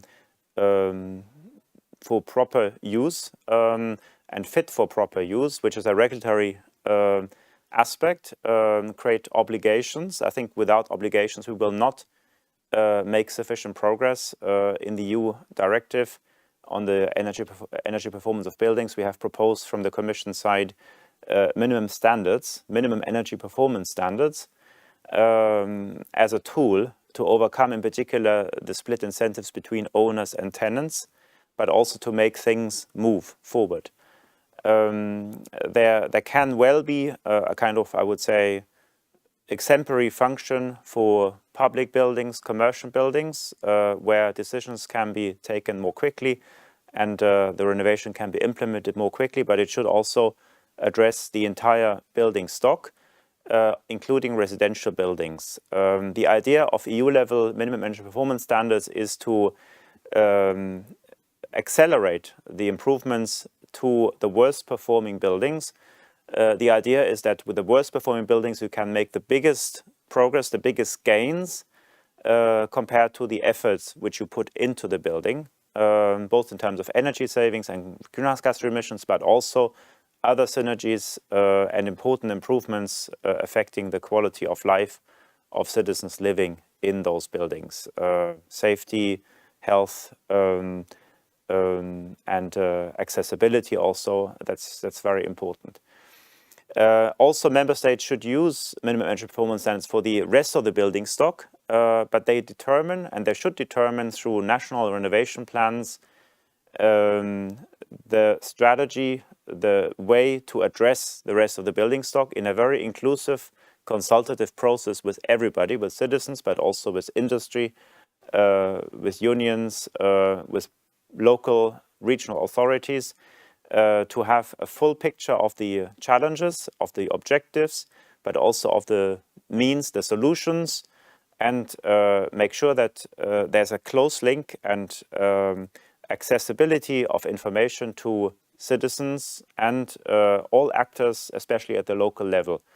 On the financial support schemes, whom you could address to help you, technical advice, the companies also, the local network of facilitators, of enablers, of those doing the works, that basically the information barriers are broken down to overcome the initial reluctance which everyone naturally has when you have to deal with something which you are not familiar with, where you're not an expert, which you have never done before and might never do again. There you need someone taking you by the hand and helping you, and there should be, I would say, a low threshold access, either very cheaply or even for free, to get over that initial, I would say, barrier of moving into it and getting familiar with the challenges and the solutions in particular.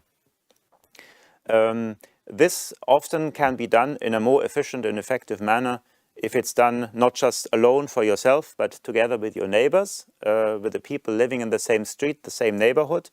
That's basically trying to scale up to do aggregates, neighborhood solutions, district solutions, where you can also professionalize better and more cheaply, because you can share the cost of an advisor, of an architect, of an engineer, for instance, of a local planner to be with you and make sure that you integrate in the neighborhood the various solutions. For instance, there's energy efficiency potential, usually often individually for each building, the shell, the facade, the roof, the windows of the building, but often also common solutions like a common source of heat and cold, like a larger installation serving several houses, several buildings, which usually is cheaper. District heating, for instance, but also renewable energy generation on the rooftops, wind close by, trying to reduce the burden on the grid. There will have to be an expansion of the grid for two reasons, primarily electrification of buildings, but also electrification of transport. So this will have to go hand in hand, but we should try to make sure that we produce renewable energy as close as possible to where it is used in order to reduce the burden on the grid, on the necessary grid expansion. So that is something which can be done much better in an integrated manner, where local politicians in particular will have a very important role to facilitate, to build trust, to bring together people, and to make sure also that the planning at local level takes place at the same time as decisions on financing, on technical support, on advisors coming in and trying to agree also with citizens on the objectives. The objectives being deep renovations of the entire district, greening the city's integration with the broader energy system, but also the transport system. And that requires, I would say, larger scale solutions which go beyond the capacity of basically individual owners dealing in isolation with their own building. I think that's very important and should also be part of the national building renovation plans as a very important tool. Enabling measures are absolutely crucial. No one should be left behind. There will have to be integration also with social policy when it comes to vulnerable citizens for the worst performing buildings, making sure also, but also for mid-income households. We see renovations as an investment, so it's not a cost, not lost money, but a renovation would usually increase the value of the building, both in terms of value of the property, but also value in terms of usage. Rents, simply the quality of the building goes up, but there's a significant liquidity challenge. People usually don't have just a large amount of money lying around on their bank account looking for an investment. So they need, I would say, help to overcome this liquidity challenge and pay back basically that amount over time as they save energy. And there's also an important public goods character of many improvements: climate change, energy security, social integration, help to vulnerable citizens. So there will have to be some, I would say, public support, but we will not be able collectively to generate all the funds from the public side. So there will have to be an integration of public funding with private funding.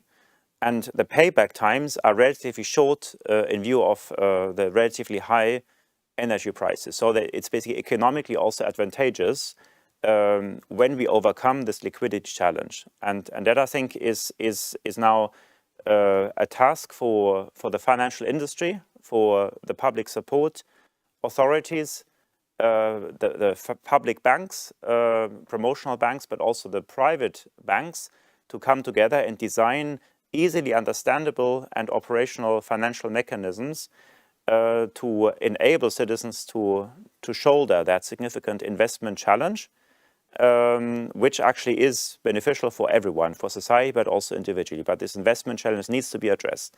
And this has to be combined with technical support. And I think that is very important to do integrated planning on that through the national plans, that each member state identifies these challenges, defines clearly who can help, who is in charge, designs easily understandable and I would say continuous, predictable support programs, combining public and private money, creating the confidence that there will not be a stop and go. As you said, people need the certainty that this is a long-term policy, that financing will be provided over time and not basically changing from one year to the next or from one government to the other. So it's important to have stability here and continuity of support, financial and technical, and make it as accessible as possible. One-stop shops is a word which is often used, which means online and a place to go to, people to come to your house, and that should be a low threshold, low cost and easily accessible offer. I think that's absolutely key from our point of view. And with that, I would like to thank you very much and look forward to the discussion. Vielen Dank, Stefan. Thanks a lot. Many aspects which have been touched, which would almost invite to start a second round. But we have still another panel ahead of us, and we want to engage, of course, also with our audience. And we received quite a number of questions which touch and go into many aspects you have been raising. If I can take the question from Luisa, and many of you have supported her or had similar questions. Can the current energy crisis be a good chance to push for energy efficient renovation of buildings? Very good question. I must say myself, when I look now at my bill, I go much more often down in the cellar to my counter and look how much I'm consuming. So indeed, that's definitely a question many of us have. If I could turn maybe first to Ruth and Valeria, to you on this question. You think the high prices are a good incentive now to move forward? Yeah, I think it's like that. People are more aware of energy, and now with your bill going up, they're now saying, okay, well, what can I do to reduce it? But it also does create another problem. Now you've got that squeezed middle, because the ones that, say, before might have been able to afford to renovate their houses now also have a higher bill. And it still comes back to how are they going to afford to do it. And like I think you mentioned, Stefan, you mentioned the incentives for low-income household thresholds. But that low-income threshold has now increased because of the energy crisis. So I think it's created more awareness for people to understand that their energy bill is actually now high, and it's awareness about what to do about it. But the practical mechanisms of what you can do about it is still a bit of a barrier, especially now when they're paying that added, money for that energy bill. So yeah, maybe Valeria might comment as well.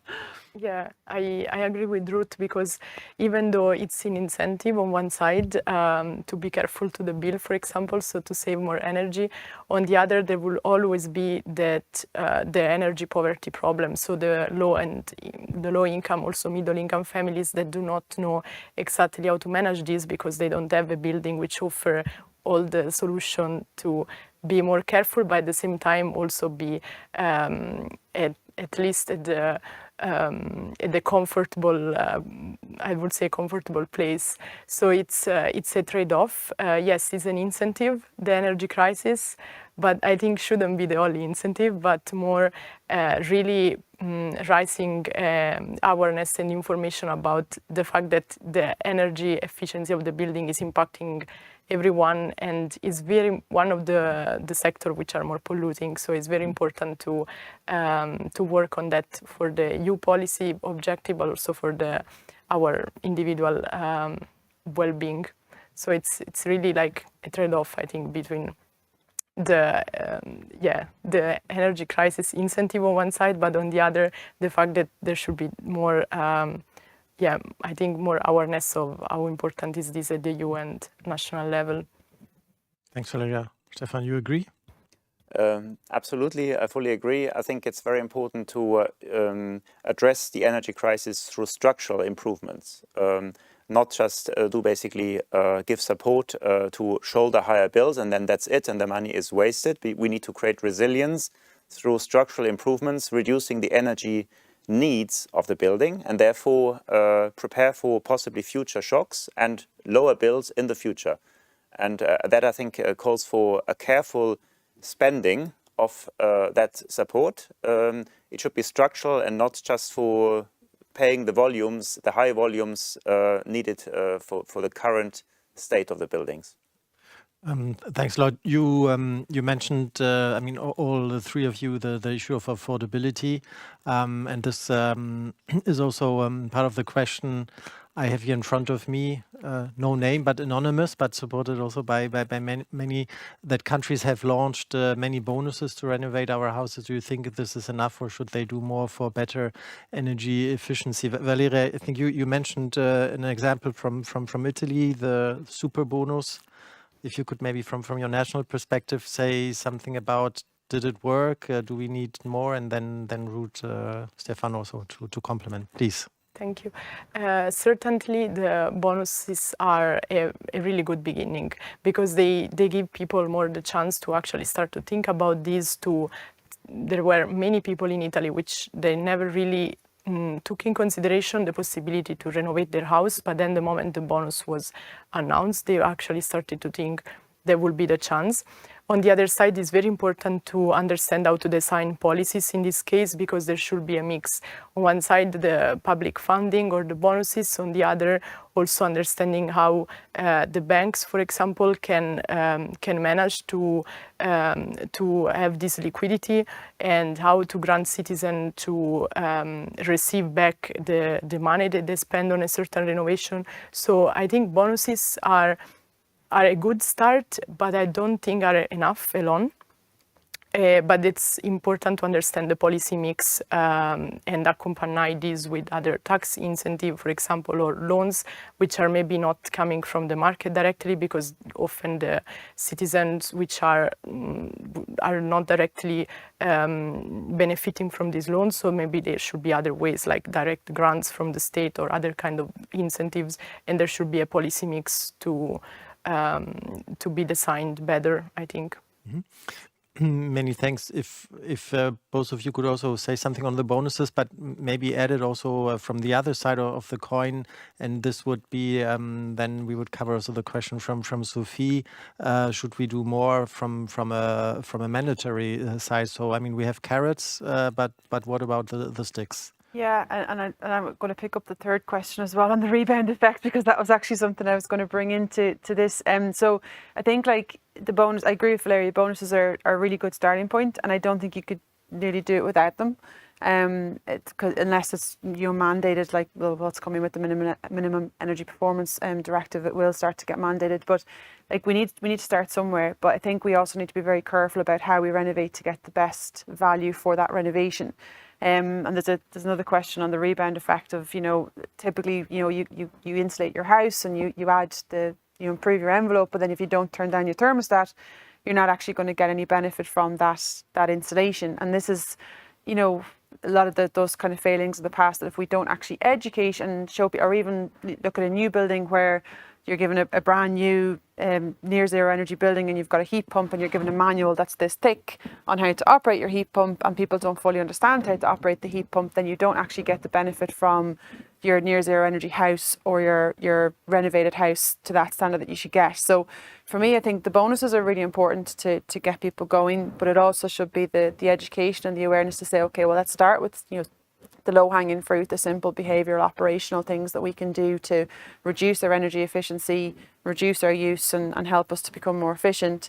Then start to look and say, well, what do I want to do next? Where do I want to invest capital into this house that I'm going to get the maximum benefit?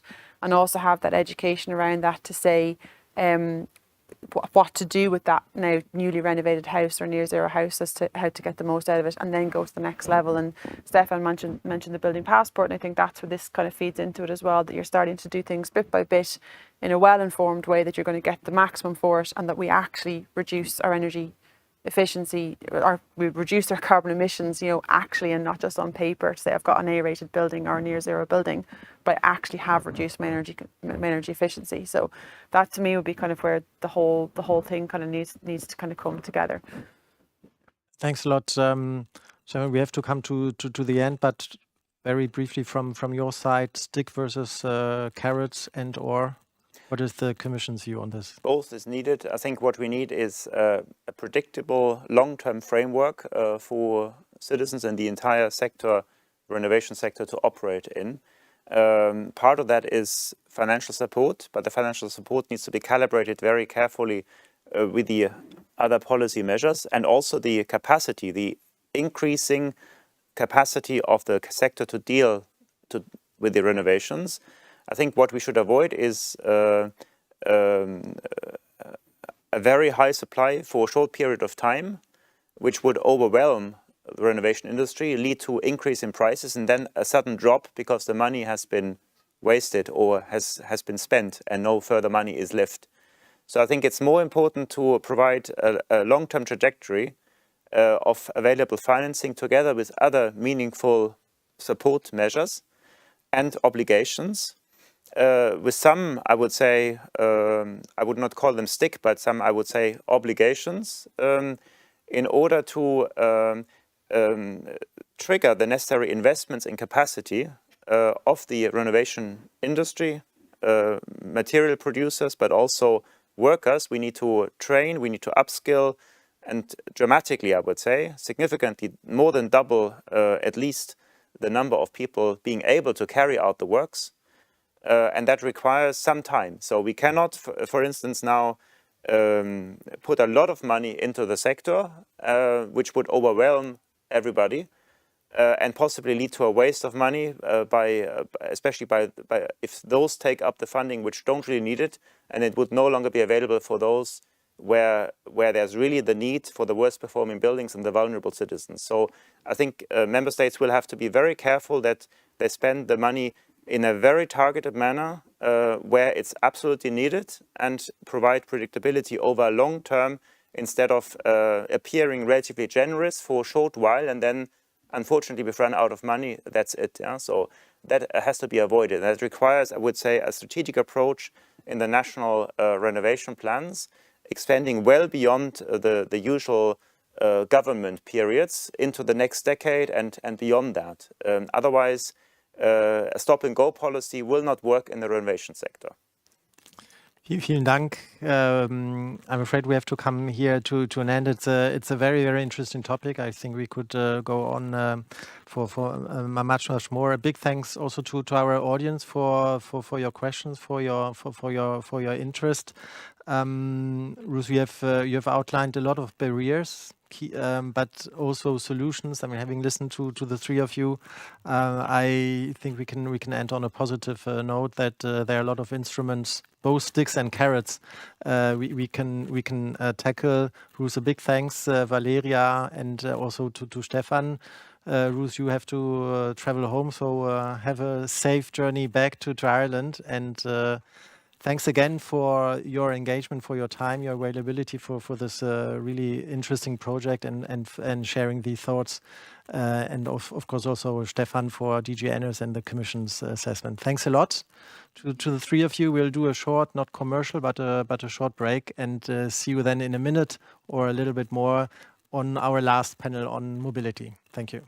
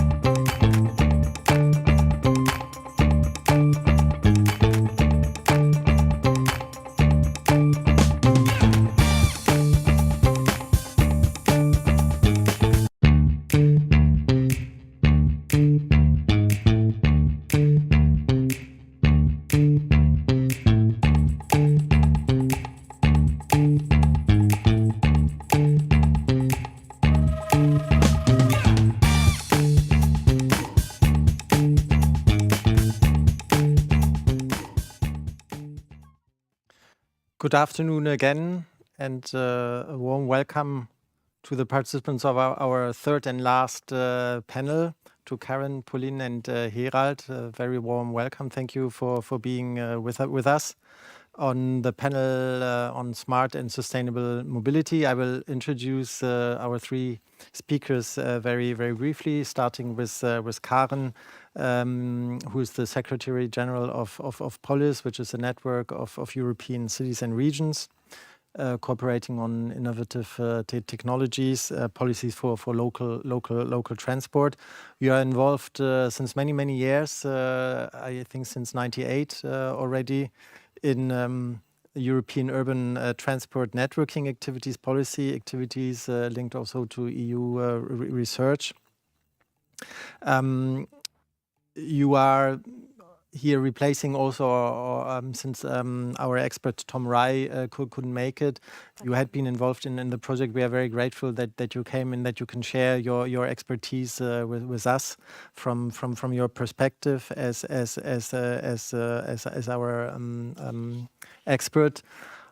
Then Pauline Harkins, I think you had the longest journey of all our participants. You arrived from Malta, which is quite a long way. Many thanks that you took your time and for your availability. You are very interested when we spoke before about policy issues, importance of environment. Of course, also with the situation of countries, if I may say so, smaller, remote countries like Malta. What is the impact? How can we find sustainable solutions? So we are very happy that you're joining us to share your view and the citizens' view. And last but not least, Herald Reuters, very pleased and honored that you're here to represent DG Move and the European Commission. You are currently director of Directorate B, so dealing with investment, innovative and sustainable transport.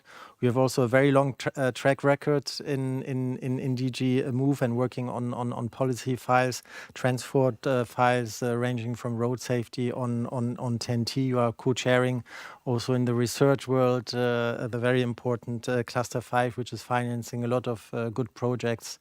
You have been involved in the Green Deal call.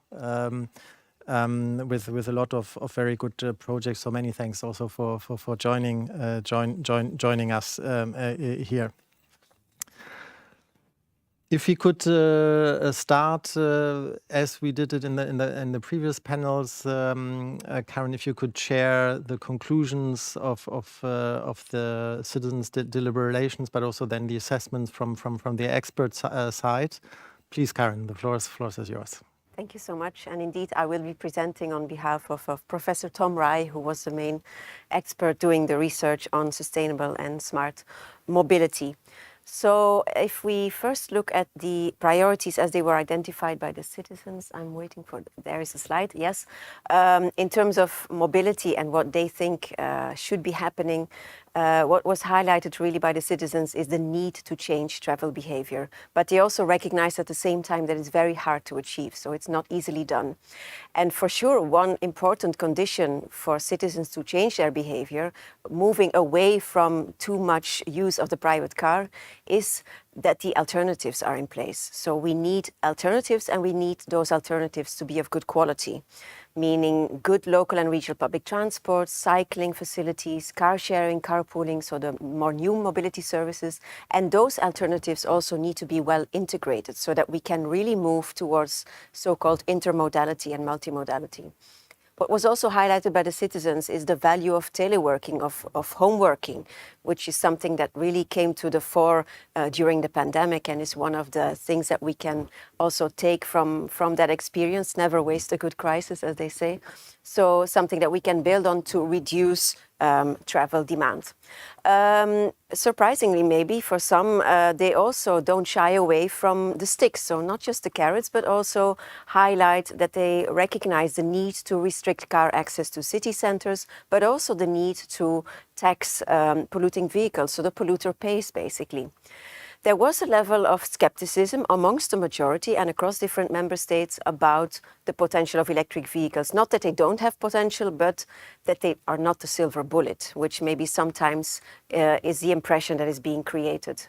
Surprisingly, maybe only a minority pointed out the importance of land use planning to cut travel and the importance of the inherent link between transport planning and land use planning.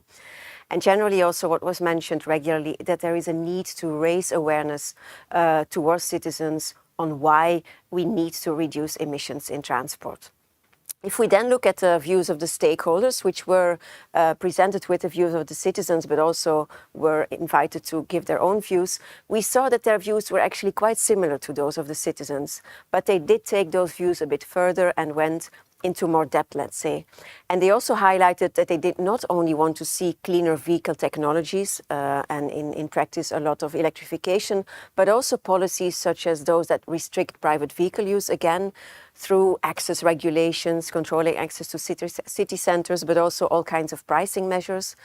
Also the need to reduce the overall kilometers traveled, and also not to just look at passenger transport, but also freight transport, which is also an important contributor to CO2 emissions.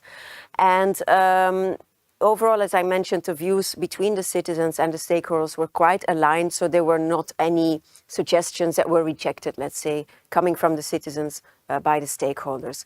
What they did do more substantially was also look into the governance aspects and including barriers to realizing the goals of the European Green Deal. Now, how do these priorities translate into concrete policies that were suggested by both groups? There we see that there was a lack of awareness of actually what Europe can do and where they have the competence to do something and where they don't have that. So some suggestions are maybe more for the local and the regional or national level to address rather than for the European level.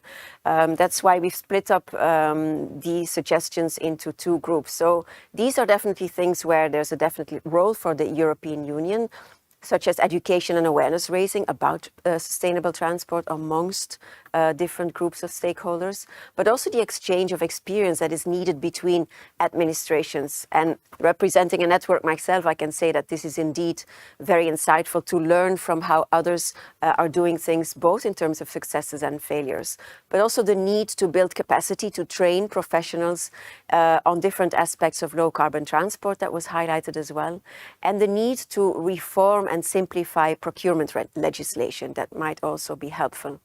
EU-wide standards on smart ticketing and mobility as a service were highlighted as being important, also in terms of moving towards this intermodality that I mentioned earlier, road pricing for existing roads, but also the need for higher carbon taxation of airlines and maritime transport. Limited parking supply, new developments, more of a local measure maybe, but still something where also Europe could have a say. The need to roll out charging infrastructure, obviously for electric vehicles, but also for hydrogen, but also to manage the environmental impact of batteries for that purpose. The management of the electricity supply, again, is linked to that, and the capacity of the grid. And coming back to the point on quality of public transport, they mentioned that higher quality standards need to be put in place for new buses, for example. Then if we look at other policies which are maybe less straightforward when it comes to a policy role for the European Union, there we see that they are much more oriented to the local level, cycling and walking infrastructure, how that should be improved, how to roll out the concept of the 15-minute city, which says that essential services should be within a reach of 15 minutes of cycling and walking. So again, this densification and shorter distances that were put at the forefront. Reduction of private motor vehicles in city centers. The use of IT to gather information and better manage traffic, multimodal network management, as we would call it. The integration of public transport, different types of services, and also of ticketing as a result. And also, again, the need to build capacity in local and national government in terms of how to deliver on transport projects. Were there any particular difference across member states? Not that much, actually, but if there were variations, it usually related to the extent to which they wanted to see additional taxation on polluting vehicles and the support given to that. The mentioning or not of freight transport, that was also something that differed across member states, and also the extent to which the link between land use and transport and the 15-minute city were mentioned. Also the willingness of citizens themselves to give up or reduce their own car use or to reduce flying, for example. They were all willing to do it, but the extent to which they were doing it was a bit higher in Northwest Europe.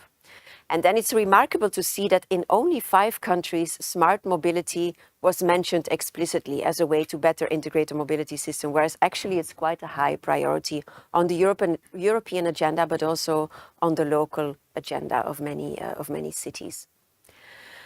What are the barriers when we are talking about achieving now these priorities and introducing these policies? Then they highlighted the lack of charging infrastructure when we need to move towards alternatives to the traditional combustion engine, and the impact that would have on the grid. And also, when we come back to public transport, the time it takes to implement new public transport infrastructure is something that might be perceived as a barrier. But also the poor coordination across different services, especially also internationally, in terms of ticketing, in terms of information provision, is something that might be a barrier to actually move towards more sustainable travel also on the longer distance.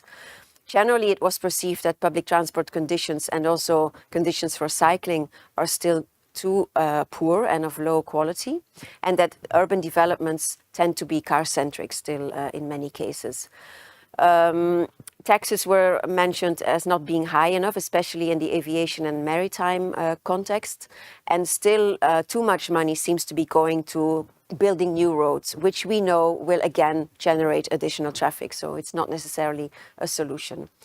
Lack of political will, lack of capacity, poor coordination across different levels of government, so more institutional barriers were also highlighted, but also that it's not easy held to access funding on the European level, that maybe it's a bit of a labyrinth sometimes. I'm sure you can pick up on that later on. And that there is actually a very strong lobbying going on also from the side of the car industry and the airlines, which might influence decision-making sometimes in a direction that we don't need at this stage with the targets that we need to achieve through the Green Deal. Now, talking about the Green Deal, we have to say that generally there's a relatively low awareness level when it comes to what is actually in the Green Deal in relation to mobility. Usually the awareness is limited to a general direction of where the policies are going. But there's also a lack of understanding, as I mentioned earlier, in terms of where the EU has competence and how subsidiarity comes into play. And when we look at concrete directives, we see also that there is a relatively low awareness, or in some cases, they are not mentioned at all, and there is no awareness of some initiatives that are being taken by the European Commission already or that are in the pipeline. So as a conclusion, what are some valuable observations? I think we can be optimistic about the readiness of citizens to change travel behavior also themselves. And also they look beyond EVs, they look beyond technology. So they are okay with restrictions on car use, they are okay with higher costs on polluting modes, provided, as I mentioned, the alternatives are in place. They also provided some good ideas on cutting travel overall through home working, through densification and the 15-minute city. And so they want a European Green Deal for transport that is more about technology, more about than just alternative fuels, but is looking at this broader picture through the different topics that I highlighted here. I'll leave it at this for now. For thought for the discussion and then also for the question. I'll, without further ado, give the floor to Pauline for the perspective of a Maltese citizen, but of course a European citizen. Please, Pauline. I would like to express the importance of smart and sustained transport in Malta and our willingness to adopt a more environmental friendly strategy that would allow us to achieve the European Green Deal targets. Being a small island, we rely on our imports and exports solely by sea or by air. As for daily mobility, our islands, we mostly use cars, trucks and public transport. We do not have the option of trains and underground railways Therefore, our focus is to optimize the use of these modes of transportation. Shared flexible transport by minivans can be a good immediate subsidized option which can be implemented immediately, and that will complement the public transport. Our travel distances are quite short, so electric powered vehicles would be convenient. But these vehicles leave a lot to be desired with regards to the lifespan of the battery and the amount of energy consumption during its manufacturing stage. The latter can be justified if the vehicle's battery is not so expensive to replace. The charging of the battery would create an enormous demand on our electrical generating plants. The demand of electricity is increasing yearly, and it is mostly due to overpopulation. This extra demand, in my opinion, can be supplemented with solar energy storage facility that can be released on demand. We are blessed with an average of 300 sunny days per year, resulting in 3,000 hours each year, which is one of the highest in Europe. Our government has already subsidized households and businesses to install solar panels. But to reach the EU targets with regards to transport, a solar storage plant is the best option. Electrical powered vehicles are still too expensive for the minimum wage earner to invest in, so this obstacle will have to be met with added incentives from the government. Although the EV vehicles are the best option, I still think that one cannot eliminate the complete use of fossil fuel operating vehicles, especially when it comes to heavy construction machinery and manufacturing needs. Considering the limited agricultural land in Malta, biofuels will not be sustainable to grow so as to meet the high demand. Therefore, we would still need importation, resulting in more emissions. This option will also disrupt the production of locally produced food, since this is a single crop option, and it will result in more importation. A mobility option which is not being used at its full potential is sea transport as a means of travel from one region to the next in Malta for daily use. If this option is to be considered during the upgraded vessels, it can also meet the demands of some commercial deliveries. The sea can also be used to generate power, as this abundant, clean, renewable source of energy is being overlooked. Within the Maltese Sea territory, one can identify sea depths with underwater currents strong enough to generate water wave energy. There are several different methods of how this can be achieved, once research and development are ongoing to optimize this process.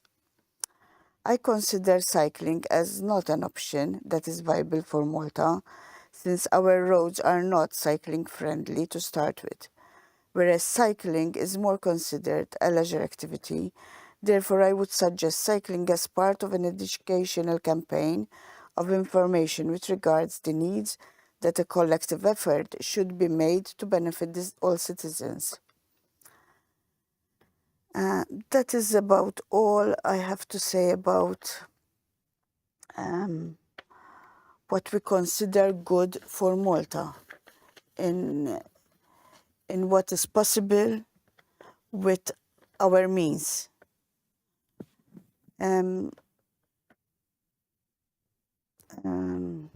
Whereas we have to take into consideration as well the historical buildings that are in Malta, and this cannot disrupt or change our way of living so that we can sustain this mobility strategy.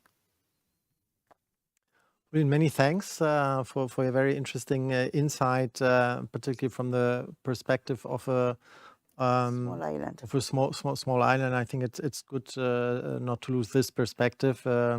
Being also in Brussels. Gerald, if I may move to you. Cycling has been mentioned already quite often. Also in the Slido, I know you are a very passionate but also very good cyclist. So I'm sure you would support the cycling mode. But you have been also traveling a lot. I think last year with the train. I remember well. Yeah, from your perspective, if you could react to both, and of course with a view to what is done at EU level, in particular, looking at what you are doing in your field of competencies, infrastructure, and access to financing. Gerald, please.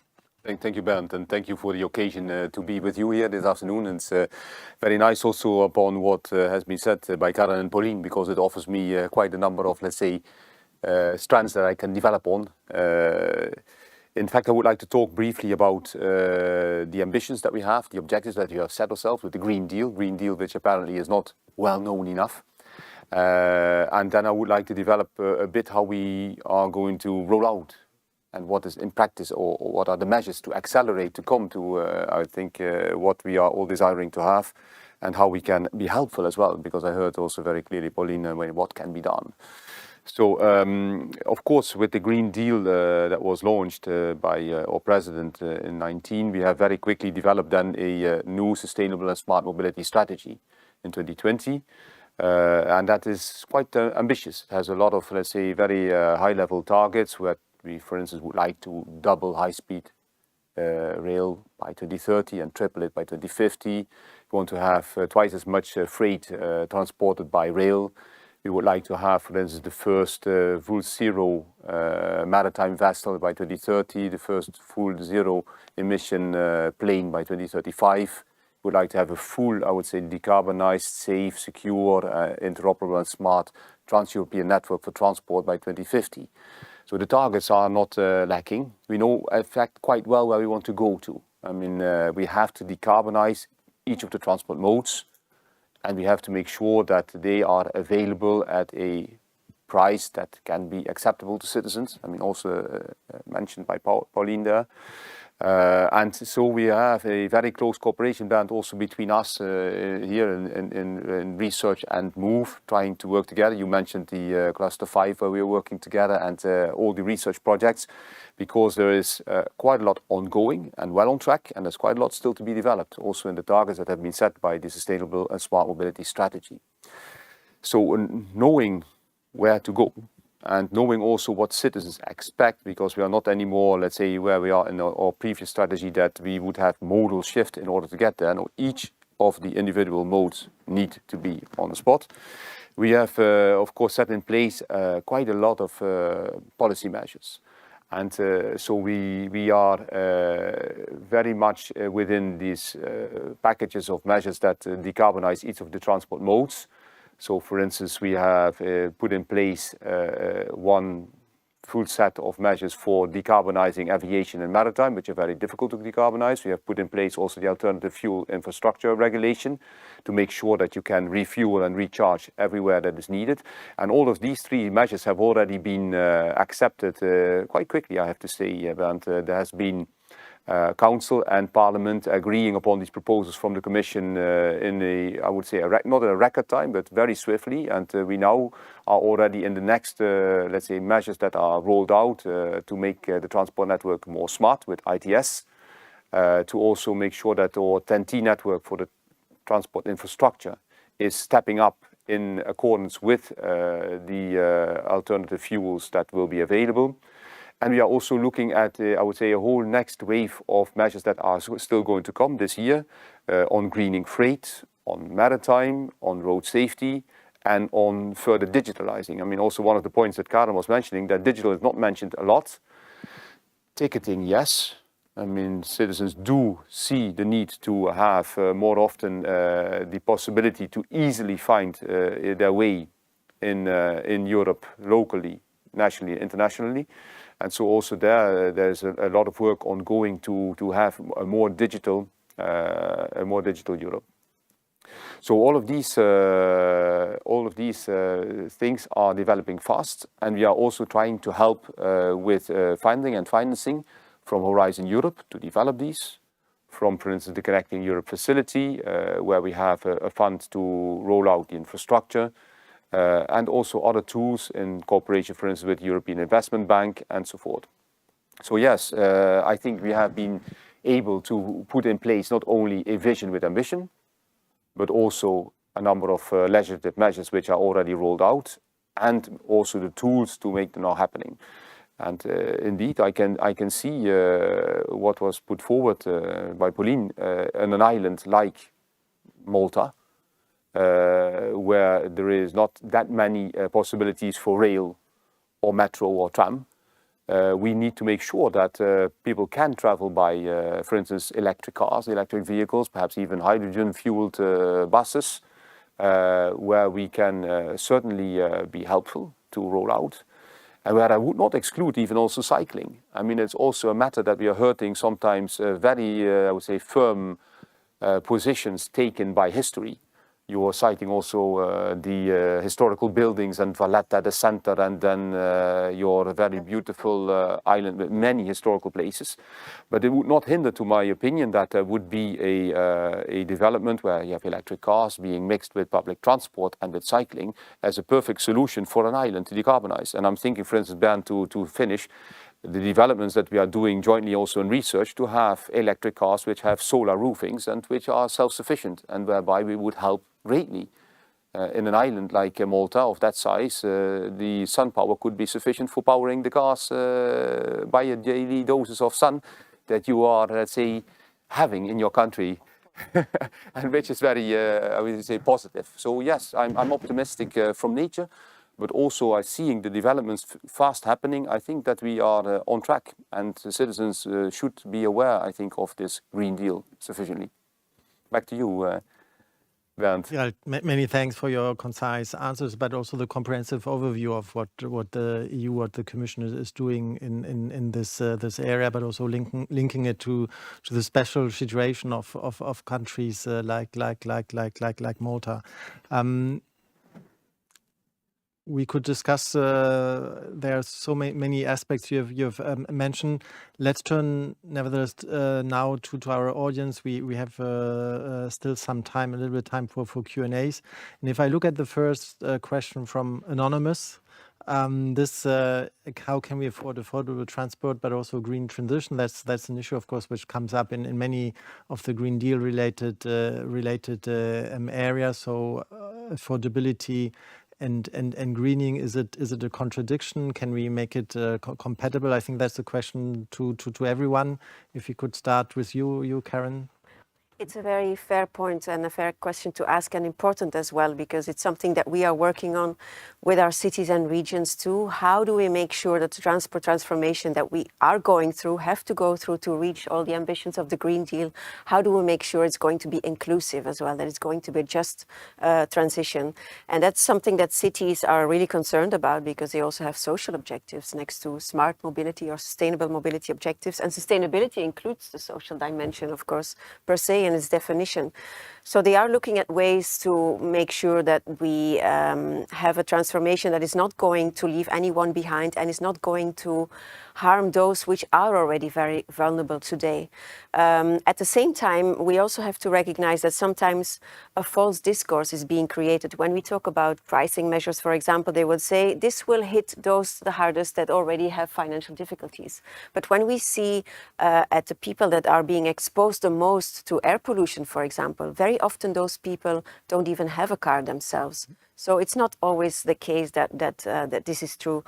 What we need to recognize is that public transport is the backbone of a sustainable urban or broadly mobility system, and that needs to be affordable and needs to be available to many. At the same time, we have to recognize that mass transit is not going to be able to meet all needs, that there is also in some areas a high level of car dependence, but still a lack of efficiency to deploy mass transit. And that's where I think there's a lot of potential also for shared mobility services to really create an ecosystem where they fill the gaps that cannot be met by mass transit, and make the overall system more accessible and inclusive that way. And that will also require, I think, new types of public-private partnerships, for example, where we see how the public and the private sector can come together and jointly offer a wider range of solutions that will make the overall system more inclusive. But we also have to look at specific needs of specific target groups, look at the gender issue as well, because we have been planning too much for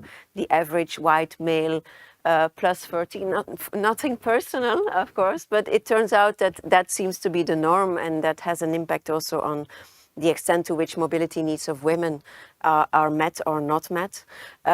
So we really have to look at all these different groups and make sure through the measures indeed that we offer alternatives for everyone. Thanks a lot, Karen. Pauline, can greening the transport be affordable? Yes, I agree 100% with the share mobility. People can share like minivans, and even make incentives for the manufacturing companies for them to support this share mobility for their employees. Instead of going by their individual cars, they can pick their employees up, and they can have a tax incentive against that this kind of an agreement.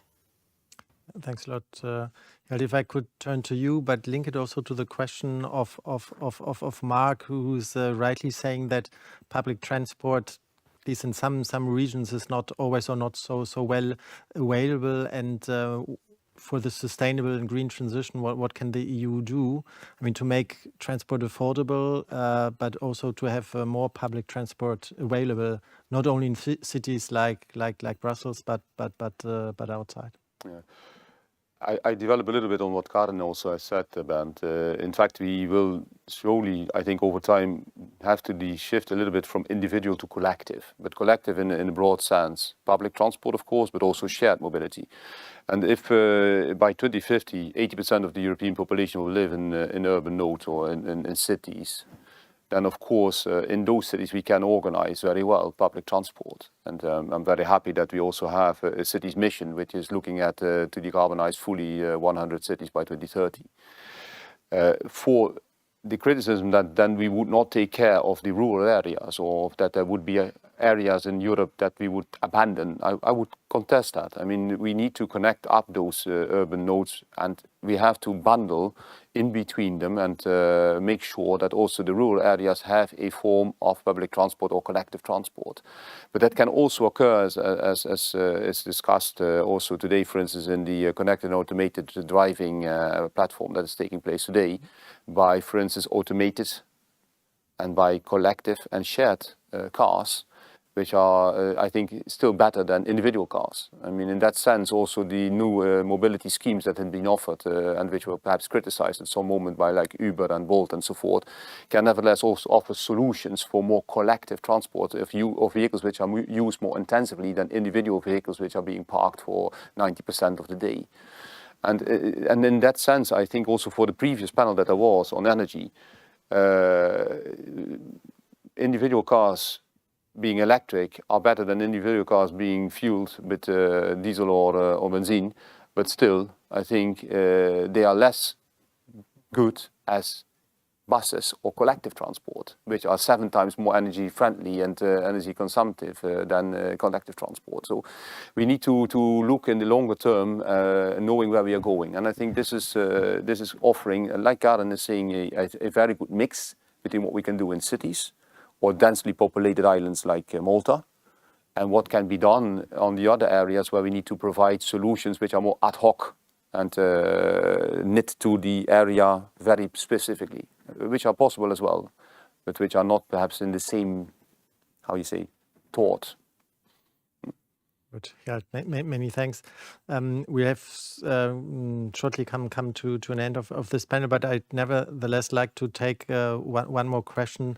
I think Karen, you'd be well placed from also the Polish perspective, and Gerald and Pauline have already also touched on it. We are talking not only about making transport greener. It's also about reducing, of course, transport, at least individual transport. But what can cities do to make basically the life in cities more attractive with less transport? It's of course a very broad subject. We do a lot of on cities in different areas, but if you could briefly say a few of the ideas you discussed also with the experts and the citizens.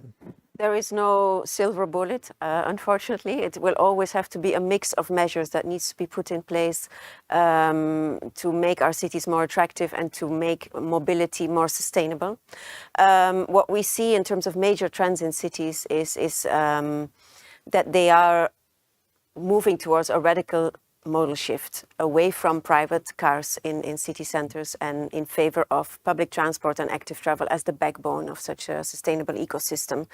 So they are not afraid to put sticks in place as well, especially urban vehicle access regulations, which will be banning the most polluting cars, but also reducing the number of cars to tackle congestion, because cities need to tackle different challenges and ideally in one go. It's not just about climate neutrality, it's also about reducing air pollution, it's about making our roads safer, it's about noise pollution that needs to be reduced, and about reducing congestion. So that's the full package that you have there that needs to be solved, and that's quite a big package. So they work towards this idea also of making things more available in a quite short distance by cycling and walking. So this concept of the 15-minute city, and there indeed the inherent link between transport planning and land use planning is essential. But also when we talk about commuting and incoming traffic that very often is causing a big burden to cities, I think there's still a lot of untapped potential for a modal shift to further using public transport, but also the e-bike. It's currently really booming. And the electric bike is also tremendously extending the range of cycling beyond the typical 5 kilometers that we are mentioning. And if then also on a regional scale we roll out cycling infrastructure for longer distances, I think there's still a lot of potential in also reducing the negative externalities linked to incoming commuter traffic. So it will be a mix of measures, and the ideal instrument to really smartly integrate packages of measures is the Sustainable Urban Mobility Plan, as also promoted by the European Commission. It helps you to adopt a long-term vision, an integrated vision, systematically involving stakeholders, and also systematically assessing performance of the measures that you implement. I think we can all subscribe to this, what you said, Karen. A big thanks to the three of you on a very broad, complex topic, but which interests the citizens a lot. That's why we chose it for this project. There was a very active engagement, and thanks for your availability, your commitment also, Gerald, for giving the EU's and the Commission's view. Also looking at situations like Malta. So it's not a one-size-fits-all. We need to have, of course, differentiated approaches, but with one common objective, which is the decarbonization. A big thanks, particularly to you, Pauline, for having traveled so far. Please bring us more sunshine. You said, I think, 200 days. Brussels need this. I'll try. This should be here also a target and in our objectives. Thanks again to the three speakers. This brings us to the end of our third panel. And we will come now to the conclusion of today's citizens event, and I will hand over and thanks our Deputy Director General Signe Razzo, who's again with us to conclude this event. Please, Signe, thank you. Many thanks, Bert. I would like to start by thanking Vice President Šefčovič for being with us. Also to thank all of our speakers for sharing their views and their experiences. It was a great pleasure to have you here with me. As Vice President Šefčovič highlighted in his opening speech, involving citizens in the transition is of utmost importance. We are all impacted by climate change. Look no further than the floods, droughts, wildfires, or heat waves we are experiencing all over Europe in recent years. The Intergovernmental Panel on Climate Change warns that climate change and climate-related extremes will become more frequent and more severe within the next decades. We thus need, obviously, to take action. We need to drastically change our behaviors, but also our policies. The Green Deal provides us with a roadmap for action to do so.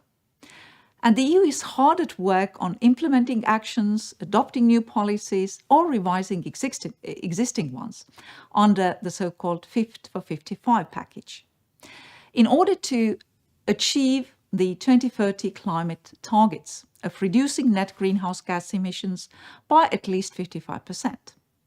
Those efforts are bearing fruit, and despite difficulties, both predictable ones and surprise one, we are on track to reach our 2030 climate and energy targets.